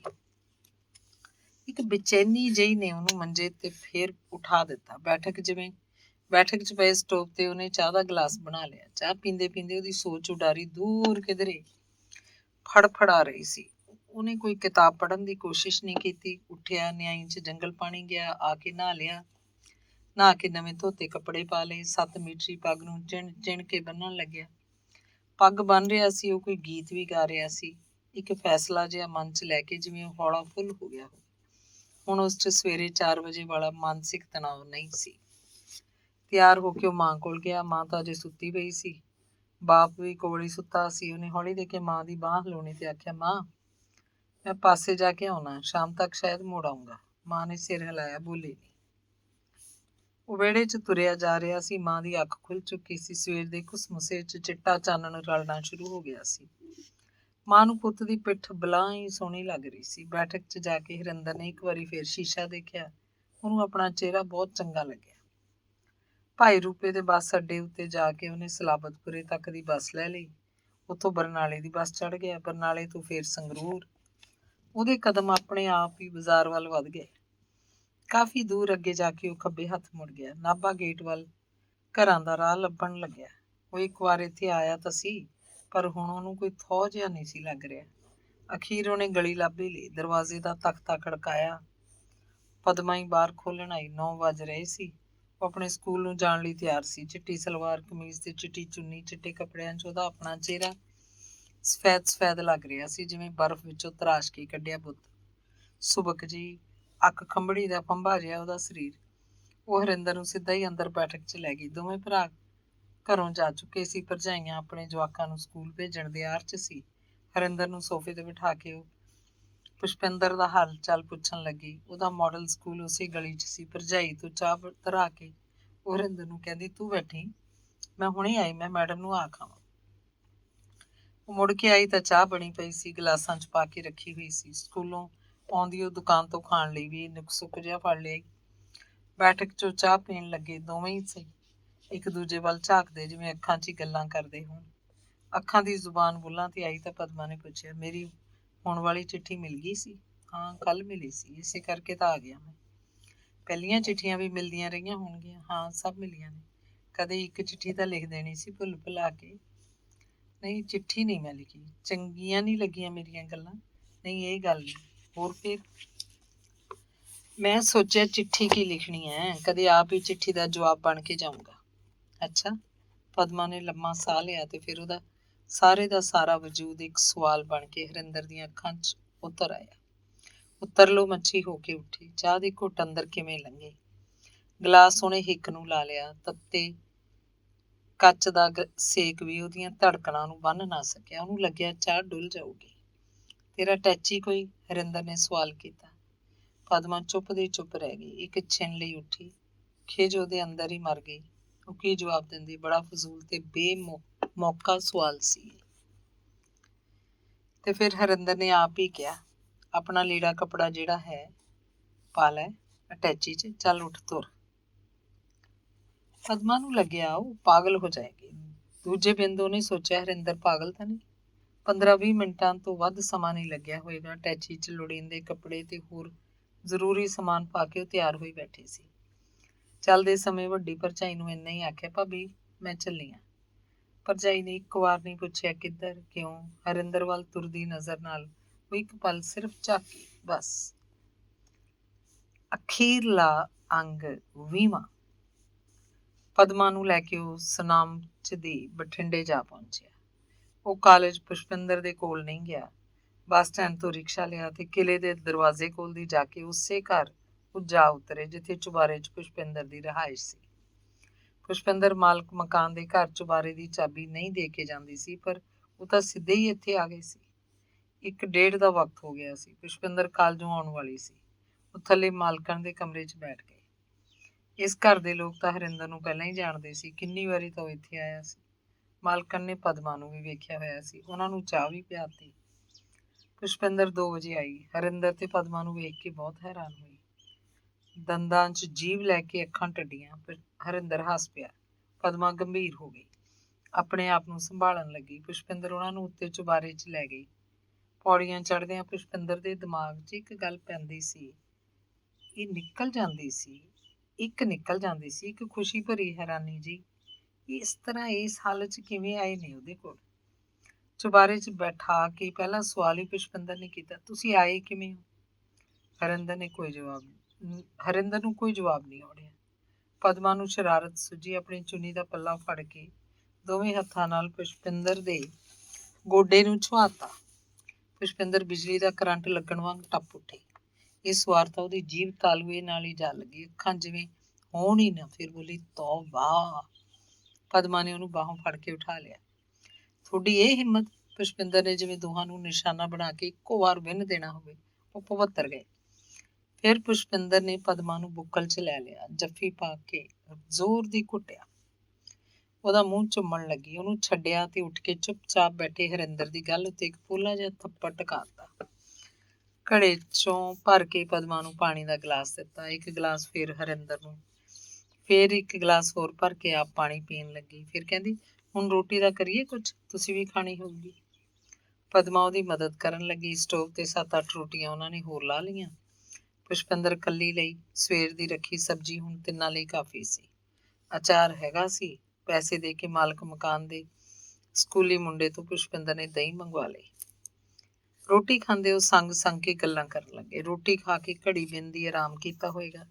ਹਰਿੰਦਰ ਤੇ ਪਦਮਾ ਨੂੰ ਚੈਨ ਨਹੀਂ ਸੀ। ਉਹਨਾਂ ਦੋਵਾਂ ਨੇ ਪੁਸ਼ਪਿੰਦਰ ਨੂੰ ਸਾਰੀ ਸਕੀਮ ਸਮਝਾਈ। ਉਹ ਕਹਿੰਦੇ, ਚਾਹ ਕਰਦੇ ਹਾਂ, ਚਾਹ ਪੀ ਕੇ ਫਿਰ ਹੁਣੇ ਚੱਲਦੇ ਹਾਂ। ਇੱਥੇ ਇੱਕ ਪ੍ਰੋਫੈਸਰ ਹੈ, ਪ੍ਰੋਫੈਸਰ ਗੁਰਬਖਸ਼ ਸਿੰਘ, ਮੇਰਾ ਕੁਲੀਗ ਹੈ। ਉਹਦੀ ਵਕੀਲਾਂ ਨਾਲ ਵਾਕਫੀਅਤ ਹੋਊਗੀ। ਉਹਦੇ ਘਰ ਚੱਲਦੇ ਹਾਂ। ਗੁਰਬਖਸ਼ ਸਿੰਘ ਮੈਥ ਦਾ ਪ੍ਰੋਫੈਸਰ ਸੀ। ਸਿਵਲ ਸਟੇਸ਼ਨ 'ਚ ਇੱਕ ਦਰਮਿਆਨੀ ਕਿਸਮ ਦਾ ਕੁਆਟਰ ਲੈ ਕੇ ਰਹਿ ਰਿਹਾ ਸੀ। ਘਰ 'ਚ ਬਸ ਉਹਦੀ ਇੱਕ ਧੀ ਸੀ ਜੋ 9ਵੀਂ ਜਮਾਤ 'ਚ ਪੜ੍ਹਦੀ ਸੀ। ਉਹਦੀ ਘਰ ਵਾਲੀ ਇਸ ਕੁੜੀ ਬਿੰਦੂ ਨੂੰ 2 ਸਾਲ ਦੀ ਛੱਡ ਕੇ ਮਰ ਗਈ ਸੀ। ਪ੍ਰੋਫੈਸਰ ਨੇ ਦੂਜਾ ਵਿਆਹ ਨਹੀਂ ਕਰਵਾਇਆ ਤੇ ਹੁਣ ਫਕੀਰੀ ਜੀਵਨ ਬਿਤਾ ਰਿਹਾ ਸੀ। ਕਾਲਜ 'ਚ ਕੋਈ ਨਵੇਕਲਾ ਕੋਨਾ ਲੱਭ ਕੇ ਬੈਠ ਜਾਂਦਾ ਤੇ ਕਿਤਾਬ ਪੜ੍ਹਦਾ। ਰੂਸੀ ਨਾਵਲ ਪੜ੍ਹਨਾ ਉਹਦਾ ਸ਼ੌਕ ਸੀ। ਗੁਰਬਖਸ਼ ਸਿੰਘ ਸੁੱਤਾ ਪਿਆ ਸੀ। ਬਿੰਦੂ ਦੂਜੇ ਕਮਰੇ 'ਚ ਇਕੱਲੀ ਕੈਰਮ ਬੋਰਡ ਖੇਡ ਰਹੀ ਸੀ। ਪੁਸ਼ਪਿੰਦਰ ਨੇ ਦਰਵਾਜ਼ਾ ਖੜਕਾਇਆ ਤਾਂ ਬਿੰਦੂ ਨੇ ਆ ਕੇ ਬਾਹਰ ਖੋਲ੍ਹਿਆ। ਤਿੰਨੇ ਜਣੇ ਕੁੜੀ ਦੇ ਮਗਰ ਹੀ ਚਲੇ ਗਏ। ਪੁਸ਼ਪਿੰਦਰ ਉਹਦੀਆਂ ਗੱਲਾਂ ਨੂੰ ਪਲੋਸਦੀ ਪ੍ਰੋਫੈਸਰ ਸਾਹਿਬ ਬਾਰੇ ਪੁੱਛਣ ਲੱਗੀ। ਕਦੋਂ ਸੁੱਤੇ ਸੀ? ਬਸ ਹੁਣੇ ਸੁੱਤੇ ਆ। ਚੰਗਾ ਚਾਹ ਬਣਾਈਏ ਆਪਾਂ, ਉਦੋਂ ਨੂੰ ਉੱਠ ਖੜਨਗੇ, ਪੁਸ਼ਪਿੰਦਰ ਨੇ ਕਿਹਾ। ਤੇ ਫਿਰ ਹਰਿੰਦਰ ਤੇ ਪਦਮਾ ਨੂੰ ਉਹਨੇ ਉਸੇ ਕਮਰੇ 'ਚ ਬਿਠਾਤਾ। ਕੁੜੀ ਕੈਰਮ ਤੋਂ ਨਹੀਂ ਉੱਠੀ। ਬੇਮਤਲਬ ਹੀ ਸਟ੍ਰੋਕ ਮਾਰੀ ਜਾ ਰਹੀ ਸੀ। ਪੁਸ਼ਪਿੰਦਰ ਕਿਚਨ 'ਚ ਗਈ, ਸਟੋਵ ਬਾਲ ਕੇ ਚਾਹ ਧਰਤੀ। ਹਰਿੰਦਰ ਤੇ ਪਦਮਾ ਨੇ ਘੁਸਰ ਮੁਸਰ ਕੀਤੀ। ਲੱਗਦਾ ਪੁਸ਼ਪਿੰਦਰ ਤਾਂ ਪਹਿਲਾਂ ਵੀ ਇੱਥੇ ਆਉਂਦੀ ਜਾਂਦੀ ਹੈ। ਘਰ 'ਚ ਖੜਕਾ ਹੁੰਦਾ ਸੁਣ ਕੇ ਗੁਰਬਖਸ਼ ਸਿੰਘ ਆਪ ਹੀ ਜਾਗ ਉੱਠਿਆ। ਉੱਠ ਕੇ ਪੈਰਾਂ 'ਚ ਚੱਪਲਾਂ ਪਾਈਆਂ, ਸਿਰ 'ਚ ਕੰਘਾ ਕਰਨ ਲੱਗਿਆ। ਕਿਚਨ 'ਚ ਉਹਨੇ ਪੁਸ਼ਪਿੰਦਰ ਨੂੰ ਦੇਖ ਲਿਆ। ਫਿਰ ਗੁਰਬਖਸ਼ ਸਿੰਘ ਨੂੰ ਉੱਠ ਬੈਠਾ ਦੇਖ ਕੇ ਪੁਸ਼ਪਿੰਦਰ ਉਹਦੇ ਕਮਰੇ 'ਚ ਆਈ। ਹਰਿੰਦਰ ਤੇ ਪਦਮਾ ਬਾਰੇ ਸਭ ਕੁਝ ਉਹਨੂੰ ਛੇਤੀ ਦੱਸਣ ਲੱਗੀ। ਉਹ ਪਹਿਲਾਂ ਤਾਂ ਮੁਸਕਰਾਉਂਦਾ ਰਿਹਾ, ਫਿਰ ਗੰਭੀਰ ਹੋ ਗਿਆ। ਚਾਹ ਪੀਣ ਵੇਲੇ ਪੁਸ਼ਪਿੰਦਰ ਨੇ ਹਰਿੰਦਰ ਤੇ ਪਦਮਾ ਨੂੰ ਗੁਰਬਖਸ਼ ਸਿੰਘ ਦੇ ਕਮਰੇ 'ਚ ਬੁਲਾ ਲਿਆ। ਜਾਲੀ 'ਚ ਬਿਸਕੁਟ ਵੀ ਸਨ। ਗੁਰਬਖਸ਼ ਸਿੰਘ ਨੇ ਪੁਸ਼ਪਿੰਦਰ ਨੂੰ ਕਿਹਾ। ਪੁਸ਼ਪਿੰਦਰ ਬਿੰਦੂ ਵੱਲ ਝਾਕੀ। ਬਿੰਦੂ ਇੱਕ ਵੱਡੀ ਪਲੇਟ 'ਚ ਬਿਸਕੁਟਾਂ ਦਾ ਪੈਕੇਟ ਖੋਲ ਲਿਆਈ। ਸਭ ਚੁੱਪਚਾਪ ਪੀ ਰਹੇ ਸੀ। ਬਿੰਦੂ ਪੁਸ਼ਪਿੰਦਰ ਵੱਲ ਬਿੰਦੇ ਬਿੰਦੇ ਝਾਕਦੀ ਤੇ ਮੁਸਕਰਾਉਂਦੀ। ਇੱਥੇ ਇੱਕ ਮੈਜਿਸਟ੍ਰੇਟ ਹੈ। ਪਿਛਲੇ ਸਾਲ ਮੈਂ ਉਹਦੀ ਲੜਕੀ ਨੂੰ ਮੈਥ ਟੀਚ ਕਰਨ ਜਾਇਆ ਕਰਦਾ ਸੀ। ਚੰਗਾ ਆਦਮੀ ਹੈ, ਉਹਦੇ ਨਾਲ ਗੱਲ ਕਰਕੇ ਦੇਖ ਲੈਂਦੇ ਹਾਂ, ਗੁਰਬਖਸ਼ ਸਿੰਘ ਨੇ ਕਿਹਾ। ਹਾਂ ਹਾਂ, ਇਹ ਤਾਂ ਬਹੁਤ ਠੀਕ ਹੈ, ਫਿਰ ਤਾਂ ਗੱਲ ਬਣੀ ਪਈ ਹੈ। ਪੁਸ਼ਪਿੰਦਰ ਖਿੜਪੁੜ ਉੱਠੀ। ਪਦਮਾ ਤੇ ਹਰਿੰਦਰ ਦੇ ਚਿਹਰਿਆਂ ਤੇ ਇੱਕ ਭੱਖ ਜਿਹੀ ਆ ਗਈ। ਚਾਹ ਪੀ ਕੇ ਪ੍ਰੋਫੈਸਰ ਦੂਜੇ ਕਮਰੇ 'ਚ ਗਿਆ। ਨਾਈਟ ਸੂਟ ਲਾ ਕੇ ਪੈਂਟ ਬੁਸ਼ਰਟ ਪਹਿਨ ਲਿਆ। ਬੰਨੀ ਬਣਾਈ ਪੱਗ ਸਿਰ ਤੇ ਰੱਖ ਲਈ। ਪੁਸ਼ਪਿੰਦਰ ਉਹਨਾਂ ਕੋਲ ਅੰਦਰ ਕਮਰੇ 'ਚ ਆਈ। ਦੱਸਿਆ ਥੋੜ੍ਹੀ ਦੇਰ ਤੱਕ ਆ ਜਾਂਦੇ ਨੇ, ਸਾਰੀ ਗੱਲ ਸੈਟਲ ਕਰਕੇ ਆਉਣਗੇ। ਅਗਲੇ ਦਿਨ ਉਸੇ ਮੈਜਿਸਟ੍ਰੇਟ ਦੀ ਕੋਰਟ ਵਿੱਚ ਪੁਸ਼ਪਿੰਦਰ ਤੇ ਪ੍ਰੋਫੈਸਰ ਗੁਰਬਖਸ਼ ਸਿੰਘ ਆਪ ਗਏ। ਹਰਿੰਦਰ ਤੇ ਪਦਮਾ ਦੀ ਕੋਰਟ ਮੈਰਿਜ ਕਰਵਾ ਦਿੱਤੀ ਗਈ ਤੇ ਫਿਰ ਉਸੇ ਸ਼ਾਮ ਹਰਿੰਦਰ ਪਦਮਾ ਨੂੰ ਲੈ ਕੇ ਕੋਠੇ ਖੜਕ ਸਿੰਘ ਆ ਵੜਿਆ। ਉਹਨਾਂ ਨਾਲ ਪੁਸ਼ਪਿੰਦਰ ਵੀ ਆਈ, ਪ੍ਰੋਫੈਸਰ ਗੁਰਬਖਸ਼ ਸਿੰਘ ਤੇ ਬਿੰਦੂ ਵੀ। ਪਤਾ ਲੱਗਣ ਤੇ ਦਿਆਲੋ ਨੂੰਹ ਪੁੱਤ ਦੇ ਸਿਰਾਂ ਉੱਤੋਂ ਦੀ ਮਿੱਠਾ ਪਾਣੀ ਵਾਰ-ਵਾਰ ਪੀਂਦੀ। ਉਹ ਤੋਂ ਚਾਹ ਨਹੀਂ ਚੱਕਿਆ ਜਾਂਦਾ ਸੀ। ਹਰਦਿਤ ਸਿੰਘ ਨੂੰ ਜਿਵੇਂ ਇੱਕ ਹੋਰ ਵੱਡਾ ਧੱਕਾ ਲੱਗਿਆ ਹੋਵੇ, ਉਹਦੇ ਲਈ ਜਿਵੇਂ ਇੱਕ ਡਰਾਉਣਾ ਸੁਪਨਾ ਹੋਵੇ। ਸਭ ਦੇ ਸਾਹਮਣੇ ਆ ਕੇ ਉਹ ਖੜਤਾ ਗਿਆ, ਪਰ ਬੋਲਿਆ ਕੁਛ ਨਹੀਂ। ਫਿਰ ਅੰਦਰ ਕਮਰੇ 'ਚ ਜਾ ਕੇ ਖੇਸ ਲੈ ਕੇ ਪੈ ਗਿਆ। ਪਤਾ ਨਹੀਂ ਕੀ ਸੋਚਣ ਲੱਗ ਪਿਆ ਹੋਏਗਾ। ਘਰ 'ਚ ਪਿਆ ਚਰਚੋਲਰ ਉਹਨੂੰ ਹੋਰ ਵੀ ਦੁਖੀ ਕਰੀ ਜਾ ਰਿਹਾ ਸੀ। ਆਂਢਣਾ ਗੁਆਂਢਣਾ ਸਭ ਆ ਗਈਆਂ, ਪਦਮਾ ਦੇ ਹੱਥਾਂ 'ਚ ਫੜ ਦੇਖਦੀਆਂ। ਕੋਈ ਉਹਦੀ ਠੋਡੀ ਨੂੰ ਹੱਥ ਲਾ ਕੇ ਉਹਦੀ ਸੁਹੱਪਣ ਦੀ ਤਾਰੀਫ ਕਰਨ ਲੱਗਦੀ। ਸਾਰੇ ਪਿੰਡ 'ਚ ਫੈਲ ਗਈ, ਹਰਦਿਤ ਦਾ ਮੁੰਡਾ ਬਹੂ ਲੈ ਕੇ ਆਇਆ। ਗੁਰਬਖਸ਼ ਸਿੰਘ, ਬਿੰਦੂ ਤੇ ਪੁਸ਼ਪਿੰਦਰ ਉਸ ਰਾਤ ਉੱਥੇ ਹੀ ਠਹਿਰੇ। ਦਿਆਲੋ ਨੇ ਖਾਣ ਲਈ ਕਿੰਨਾ ਹੀ ਕੁਝ ਪਕਾਇਆ ਸੀ। ਨਾਈ ਸੱਦ ਕੇ ਕੜਾਹ ਬਣਵਾਇਆ, ਸਰੀਕੇ ਦੇ ਘਰਾਂ ਵਿੱਚ ਫੇਰਿਆ। ਅਗਲੇ ਦਿਨ ਗੁਰਬਖਸ਼ ਸਿੰਘ, ਪੁਸ਼ਪਿੰਦਰ ਤੇ ਬਿੰਦੂ ਪਹਿਲੀ ਬੱਸੇ ਬਠਿੰਡੇ ਨੂੰ ਚਲੇ ਗਏ। ਉਹਨਾਂ ਨੇ ਕਾਲਜ ਜਾ ਕੇ ਪੀਰੀਅਡ ਵੀ ਤਾਂ ਲੈਣੇ ਸੀ। ਬਿੰਦੂ ਨੇ ਸਕੂਲ ਜਾਣਾ ਸੀ। ਹਰਦਿਤ ਸਿੰਘ ਉਸੇ ਦਿਨ ਤੋਂ ਘਰੋਂ ਬਾਹਰ ਨਹੀਂ ਨਿਕਲਿਆ। ਅੰਦਰ ਕਮਰੇ 'ਚ ਹੀ ਪਿਆ ਰਹਿੰਦਾ। ਰੋਟੀ ਵੀ ਚੱਜ ਨਾਲ ਨਹੀਂ ਖਾਂਦਾ ਸੀ, ਚਾਹ ਵੀ ਥੋੜ੍ਹੀ ਜਿਹੀ ਪੀਂਦਾ। ਦਿਆਲੋ ਨਾਲ ਕੋਈ ਗੱਲ ਨਾ ਕਰਦਾ। 4 ਦਿਨਾਂ ਬਾਅਦ ਉਹਨੂੰ ਦੌਰਾ ਪੈ ਗਿਆ। ਉਹ ਚੌਥਾ ਦੌਰਾ ਸੀ। ਪਹਿਲੇ 3 ਦੌਰਿਆਂ ਨਾਲ ਬਹੁਤ ਸਖਤ। ਦੌਰਾ ਕੀ ਪਿਆ, ਬਸ ਮੁੜ ਕੇ ਸਾਹ ਨਹੀਂ ਆਇਆ। ਦੁਪਹਿਰ ਦਾ ਵੇਲਾ। ਦਿਆਲੋ ਨੇ ਉੱਚੀਆਂ ਚਾਂਗਾਂ ਮਾਰੀਆਂ। ਗੁਆਂਢੀ ਆ ਗਏ। ਹਰਦਿਤ ਸਿੰਘ ਦੀ ਲੋਥ ਨੂੰ ਭੁੰਜੇ ਲਾ ਲਿਆ। ਦਿਆਲੋ ਤਾਂ ਬਿੰਦੇ ਛੱਟੇ ਇੱਕੋ ਬੈਣ। ਵੇ ਤੈਨੂੰ ਪੁੱਤ ਦਾ ਹੱਥ ਵੀ ਨਾ ਲੱਗਿਆ ਵੇ, ਮੈਨੂੰ ਸੇੜਨ ਵਾਲਿਆ। ਪੁਸ਼ਪਿੰਦਰ ਦੇ ਜਾਣ ਬਾਅਦ ਉਸ ਦਿਨ 10 ਵਜੇ ਹਰਿੰਦਰ ਪਿੰਡ ਦੀ ਬੈਂਕ 'ਚ ਗਿਆ ਸੀ। ਪੈਸੇ ਕਢਵਾ ਕੇ ਲੈ ਆਇਆ ਸੀ। ਥੋੜੇ ਚਿਰ ਬਾਅਦ ਹੀ ਉਹ ਪਦਮਾ ਨੂੰ ਲੈ ਕੇ ਉੱਠ ਗਿਆ ਸੀ। ਮਾਂ ਨੂੰ ਇੰਨਾ ਹੀ ਦੱਸ ਕੇ ਗਿਆ, ਮਾਂ ਅਸੀਂ ਜਾਂਦੇ ਹਾਂ, 10 ਦਿਨ ਤਾਂ ਮੁੜਦੇ ਨਹੀਂ, ਤੂੰ ਉਡੀਕ ਨਾ ਰੱਖੀ, ਅਸੀਂ ਆਪੇ ਆ ਜਾਵਾਂਗੇ। ਪਦਮਾ ਨੇ ਦਿਆਲੋ ਦੇ ਪੈਰੀ ਹੱਥ ਲਾ ਕੇ ਜਾਣ ਦੀ ਇਜਾਜ਼ਤ ਮੰਗੀ ਸੀ। ਤੇ ਫਿਰ ਹਰਦਿਤ ਸਿੰਘ ਦੇ ਭੋਗ ਤੋਂ 1 ਦਿਨ ਪਹਿਲਾਂ ਉਹ ਆਏ। ਤੇ ਫਿਰ ਪਿੰਡ 'ਚ ਚਰਚਾ ਦੇਖ ਲਓ। ਆਖੇ ਪੜ੍ਹਿਆ ਵੀ ਹੈ, ਪਤਾ ਨਹੀਂ ਕੀ ਜਾਤ ਕੁਜਾਤ ਹੈ। ਕਿਸੇ ਖਾਨਦਾਨੀ ਘਰ ਢੁੱਕਦਾ ਤਾਂ ਦਾਜ ਨਾਲ ਘਰ ਭਰ ਦੇਣਾ ਸੀ ਅਗਲਿਆਂ ਨੇ। ਸੁਣਿਆ ਤਾਂ ਲੀਰਾਂ ਵੀ ਨਹੀਂ ਲੈ ਕੇ ਆਈ। ਦਾਜ ਨੂੰ ਕੀ ਸ਼ੇਰੇ ਬੰਨ੍ਹ ਕੇ ਲਿਆਂਦੀ ਹੈ। ਉਹੀ ਖਸਕਾ ਲਿਆਇਆ ਕਿੱਧਰੋਂ। ਐਡਾ ਵੱਡਾ ਘਰ ਸੀ, ਪੱਟੀ ਮੇਜ਼ ਕਰਕੇ ਰੱਖਦੀ। ਘੇਰਾਂ ਤਾਂ ਹਰਦਿਤ ਸੌਂਦੀ। ਇਸੇ ਦੁੱਖ ਨੇ ਤਾਂ ਉਹਨੂੰ ਲੈ ਲਿਆ। ਹੋਰ ਕੀ ਉਹਨੇ ਸੂਈ ਖਾਧੀ ਸੀ। ਜਿੱਦਣ ਆਏ ਉਦਣ ਹੀ ਲੈ ਗਿਆ। ਉਹ ਤਾਂ ਚੌਥਾ ਦਿਨ ਮਸਾਂ ਪਿਆ। ਅਹੀ ਜੀ ਚੰਦਰੀ ਘਰ ਵੜੀ ਕਿਤੋਂ ਦੀ, ਦਿੱਲੀ ਪੈਰ ਰੱਖਣ ਸਾਰ ਬਸ। ਪੜ੍ਹੇ ਲਿਖੇ ਲੋਕ ਤਾਰੀਫ ਵੀ ਕਰਦੇ। ਨਵਾਂ ਯੁੱਗ ਉਹਨਾਂ ਹੀ ਮੁੰਡਿਆਂ ਨੇ ਲਿਆਉਣਾ। ਜਾਤ ਪਾਤ ਦਾਜ ਦਹੇਜ ਨੂੰ ਕੌਣ ਪੁੱਛਦਾ। 14 ਪਾਸ ਹੈ, ਅਕਲ ਸ਼ਕਲ ਸਭ ਹੈ। ਹਰਿੰਦਰ ਆਪ ਵੀ ਤਾਂ ਨਵੇਂ ਖਿਆਲਾਂ ਦਾ ਨੌਜਵਾਨ ਹੈ। ਨੌਜਵਾਨ ਮੁੰਡੇ ਸ਼ਾਬਾਸ਼ ਦਿੰਦੇ ਵੀ ਕੇਰਾਂ ਤਾਂ ਜਲਵਾ ਦਿਖਾਤਾ ਹਰਿੰਦਰ ਨੇ। ਕੋਈ ਆਖਦਾ ਮੈਂ ਤਾਂ ਆਪ ਐਂ ਹੀ ਕਰੂੰ। ਤੇ ਫਿਰ ਹਰਿੰਦਰ ਨੇ ਹੋਰ ਵੀ ਜਲਵੇ ਦਿਖਾਏ। ਪਿੰਡ ਦੇ ਲੋਕ ਉਹਦੀ ਅਕਲ ਤੇ ਹੈਰਾਨ ਹੋਏ। ਆਪਣੇ ਅੰਦਰਲੇ ਘਰ ਦੀ ਸਬਾਤ ਢਾਹ ਕੇ ਉੱਥੇ ਉਹਨੇ 2 ਪੱਕੇ ਕਮਰੇ ਪਵਾਤੇ। ਪਿੰਡ ਦੇ ਨੌਜਵਾਨ ਤੇ ਪੜ੍ਹੇ ਲਿਖੇ ਵੱਡੇ ਬੰਦਿਆਂ ਦਾ ਇਕੱਠ ਕਰਕੇ ਇਸ ਥਾਂ ਲਾਇਬ੍ਰੇਰੀ ਖੋਲ੍ਹਤੀ। ਲਾਇਬ੍ਰੇਰੀ ਦਾ ਨਾਂ ਰੱਖਿਆ ਬਲਕਾਰ ਯਾਦਗਾਰੀ ਲਾਇਬ੍ਰੇਰੀ। ਲਾਇਬ੍ਰੇਰੀ 'ਚ ਪੰਚਾਇਤ ਫੰਡ ਖਰਚ ਕਰਵਾ ਕੇ 3-4 ਪੰਜਾਬੀ ਦੇ ਰੋਜ਼ਾਨਾ ਅਖਬਾਰ ਲਵਾਤੇ। ਭਾਈ ਰੂਪੇ ਨਿੱਤ ਅਖਬਾਰ ਆਉਂਦੇ ਸੀ। ਭਾਈ ਰੂਪੇ ਤੋਂ ਆ ਕੇ ਇੱਕ ਬੰਦਾ ਇਹ ਅਖਬਾਰ ਲਾਇਬ੍ਰੇਰੀ 'ਚ ਸੁੱਟ ਜਾਂਦਾ। ਜਲੰਧਰ ਉਹ ਪਿੰਡ ਦੇ ਹੋਰ ਸੂਝਵਾਨ ਮੁੰਡਿਆਂ ਨੂੰ ਨਾਲ ਲੈ ਗਿਆ। 100 ਕਿਤਾਬ ਪੰਜਾਬੀ ਦੀ ਖਰੀਦ ਲਿਆਂਦੀ। ਆਪਣੇ ਗੁਪਤ ਬਲਕਾਰ ਯਾਦਗਾਰ ਫੰਡ ਵਿੱਚੋਂ ਨਾਵਲਾਂ, ਕਹਾਣੀਆਂ, ਲੇਖਾਂ ਤੇ ਕਵਿਤਾਵਾਂ ਦੀਆਂ ਕਿਤਾਬਾਂ, ਰੂਸੀ ਕਿਤਾਬਾਂ ਦੇ ਪੰਜਾਬੀ ਅਨੁਵਾਦ ਵੀ। ਬਹੁਤ ਸਾਰੀਆਂ ਕਿਤਾਬਾਂ ਉਹਨੇ ਆਪ ਪਹਿਲਾਂ ਪੜ੍ਹੀਆਂ ਹੋਈਆਂ ਸੀ। ਅੰਦਰਲੇ ਘਰ ਦੇ ਇਹਨਾਂ 2 ਪੱਕੇ ਕਮਰਿਆਂ 'ਚੋਂ ਇੱਕ ਵਿੱਚ ਤਾਂ ਰੀਡਿੰਗ ਰੂਮ ਸੀ, ਦੂਜੇ 'ਚ ਕਿਤਾਬਾਂ ਦੀਆਂ ਅਲਮਾਰੀਆਂ ਰੱਖਤੀਆਂ। ਇੱਕ ਮੇਜ਼ ਉੱਤੇ 2-3 ਕੁਰਸੀਆਂ ਵੀ। ਵਿਹਲੇ ਰਹਿੰਦੇ ਗਿਆਨੀ ਜੋਗਿੰਦਰ ਸਿੰਘ ਨੂੰ ਕਿਤਾਬਾਂ ਦੇਣ ਮੜਵਾਉਣ ਦੇ ਕੰਮ ਲਾ ਦਿੱਤਾ। ਜੋਗਿੰਦਰ ਸਿੰਘ ਪੰਜਾਬੀ ਤਾਂ ਜਾਣਦਾ ਹੀ ਸੀ, ਪੰਜਾਬੀ ਪੜ੍ਹ ਲੈਂਦਾ, ਲਿਖ ਲੈਂਦਾ। ਉਹਨੇ ਇੱਕ ਰਜਿਸਟਰ ਲਾ ਲਿਆ। ਪਿੰਡ ਦੇ ਲੋਕ ਉੱਥੋਂ ਕਿਤਾਬਾਂ ਲਿਜਾ ਕੇ ਪੜ੍ਹਦੇ, ਇੱਕ ਮੋੜ ਦਿੰਦੇ, ਦੂਜੀ ਲੈ ਜਾਂਦੇ। ਕਿਤਾਬਾਂ ਪੜ੍ਹਨ ਦੀ ਕੋਈ ਫੀਸ ਨਹੀਂ ਸੀ। ਹਰਿੰਦਰ ਆਪਣੇ ਕੋਲੋਂ ਗਿਆਨੀ ਜੋਗਿੰਦਰ ਸਿੰਘ ਜੋਗੀ ਨੂੰ 50 ਰੁਪਏ ਮਹੀਨਾ ਦਿੰਦਾ। ਨਾਜਰ ਮਰ ਗਿਆ, ਹਰਨਾਮੀ ਹਾਲੇ ਹੈਗੀ ਸੀ।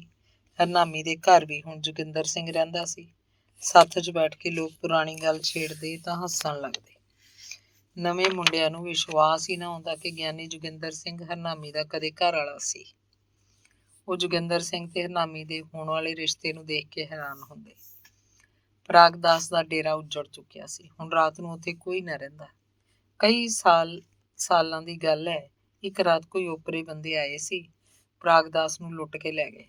ਇੱਕ ਵਾਰ ਫੇਰ ਆਏ ਸੀ। ਪ੍ਰਾਗਦਾਸ ਕੋਲੋਂ ਕੁਝ ਨਾ ਨਿਕਲਿਆ। ਉਹਨੂੰ ਕੁੱਟ-ਕੁੱਟ ਕੇ ਸੁੱਟ ਗਏ। ਖਾਸੀਆਂ ਸੱਟਾਂ ਲੱਗੀਆਂ ਸੀ। ਪ੍ਰਾਗਦਾਸ ਨੇ ਬਥੇਰਾ ਲੁੱਟ ਲਿਆ ਸੀ ਪਿੰਡ ਨੂੰ ਤੇ ਇਲਾਕੇ ਨੂੰ। ਉਹਨੇ ਸਿਆਣਪ ਕੀਤੀ, ਇੱਕ ਰਾਤ ਚੁੱਪਚਾਪ ਹੀ ਕਿਧਰੇ ਲੋਪ ਹੋ ਗਿਆ। ਕਈ ਮਹੀਨਿਆਂ ਬਾਅਦ ਪਤਾ ਲੱਗਿਆ ਸੀ ਕਿ ਉਹ ਆਪਣੇ ਪਿੰਡ ਕਾਨਗੜ੍ਹ ਜਾ ਵੜਿਆ, ਭਤੀਜਿਆਂ ਕੋਲ। ਇੱਕ ਦਿਨ ਹਰਿੰਦਰ ਨੇ ਪਿੰਡ ਦੇ ਨੌਜਵਾਨ ਮੁੰਡਿਆਂ ਨੂੰ ਇਕੱਠੇ ਕੀਤਾ। ਪ੍ਰਾਗਦਾਸ ਦੇ ਡੇਰੇ ਦੀ ਸ਼ਕਲ ਹੀ ਬਦਲ ਗਈ। ਅੱਧ ਢਏ ਕਮਰੇ ਢਾਹ ਦਿੱਤੇ ਗਏ, ਵਿਚਕਾਰੋਂ ਖੂਹੀ ਬੰਦ ਕਰਤੀ। ਧੂਣੇ ਵਾਲੀ ਥਾਂ ਬਹੁਤ ਪੱਕੀ ਸੀ, ਚੰਗਾ ਸੀਮੈਂਟ ਲੱਗਿਆ ਹੋਇਆ ਸੀ। ਨਾਲ ਦੇ 2 ਕਮਰੇ ਵੀ ਉਵੇਂ ਜਿਵੇਂ ਸਾਬਤ ਦੇ ਸਾਬਤ ਖੜੇ ਸੀ। ਇਹ ਰਹਿਣ ਦਿੱਤੇ। ਇੱਕ ਲੰਮਾ ਚੌੜਾ ਮੈਦਾਨ ਨਜ਼ਰ ਆਉਣ ਲੱਗਿਆ। ਹੁਣ ਇਹ ਪ੍ਰਾਗਦਾਸ ਦਾ ਡੇਰਾ। ਪੰਜਾਬ 'ਚ ਬਹੁਤ ਥਾਈਂ ਨਾਟ ਮੰਡਲੀਆਂ ਬਣ ਚੁੱਕੀਆਂ ਸੀ। ਇਹ ਲੋਕ ਪਿੰਡ-ਪਿੰਡ ਜਾ ਕੇ ਡਰਾਮੇ ਖੇਡਦੇ। ਲੋਕਾਂ 'ਚ ਨਵੀਂ ਜਾਗਰਤੀ ਆ ਰਹੀ ਸੀ। ਪ੍ਰਾਗਦਾਸ ਦੇ ਡੇਰੇ ਇੱਕ ਪੱਕੀ ਸਟੇਜ ਬਣਵਾ ਕੇ ਪਿੰਡ ਦੀ ਨੌਜਵਾਨ ਸਭਾ ਨੇ ਇਸ ਥਾਂ ਬਹੁਤ ਸਾਰੇ ਡਰਾਮੇ ਖਿਡਵਾਏ। ਇੱਕ ਵਾਰ ਪਿੰਡ 'ਚ ਨੌਜਵਾਨ ਸਭਾ ਵੱਲੋਂ ਪੇਂਡੂ ਮੇਲਾ ਵੀ ਲਾਇਆ ਗਿਆ। 2 ਰਾਤਾਂ ਨਾਟਕ ਖੇਡੇ। ਨੇੜੇ ਤੇੜੇ ਦੇ ਸਾਰੇ ਪਿੰਡ ਇਹਨਾਂ ਨਾਟਕਾਂ ਨੂੰ ਦੇਖ ਕੇ ਗਏ। ਪੇਂਡੂ ਮੇਲਾ ਦੇਖਣ ਬਠਿੰਡੇ ਤੋਂ ਪ੍ਰੋਫੈਸਰ ਗੁਰਬਖਸ਼ ਸਿੰਘ ਤੇ ਪੁਸ਼ਪਿੰਦਰ ਵੀ ਆਏ। ਗੁਰਬਖਸ਼ ਸਿੰਘ ਨੇ ਦੋਵੇਂ ਦਿਨ ਨਾਟਕ ਸ਼ੁਰੂ ਹੋਣ ਤੋਂ ਪਹਿਲਾਂ ਬੜੀ ਵਿਦਵਤਾ ਭਰਪੂਰ ਲੈਕਚਰ ਦਿੱਤਾ। ਪਿੰਡ ਦੇ ਲੋਕ ਉਹਦੀਆਂ ਗੱਲਾਂ ਤੋਂ ਬਹੁਤ ਪ੍ਰਭਾਵਿਤ ਹੋਏ। ਉਹਨਾਂ ਨੂੰ ਗੁਰਬਖਸ਼ ਸਿੰਘ ਆਪਣਾ ਲੱਗਿਆ। ਲੱਗਦਾ ਕਿਵੇਂ ਨਾ, ਉਹ ਪਿੰਡ ਦਾ ਜਮਾਈ ਸੀ। ਧੰਨਵਾਦ।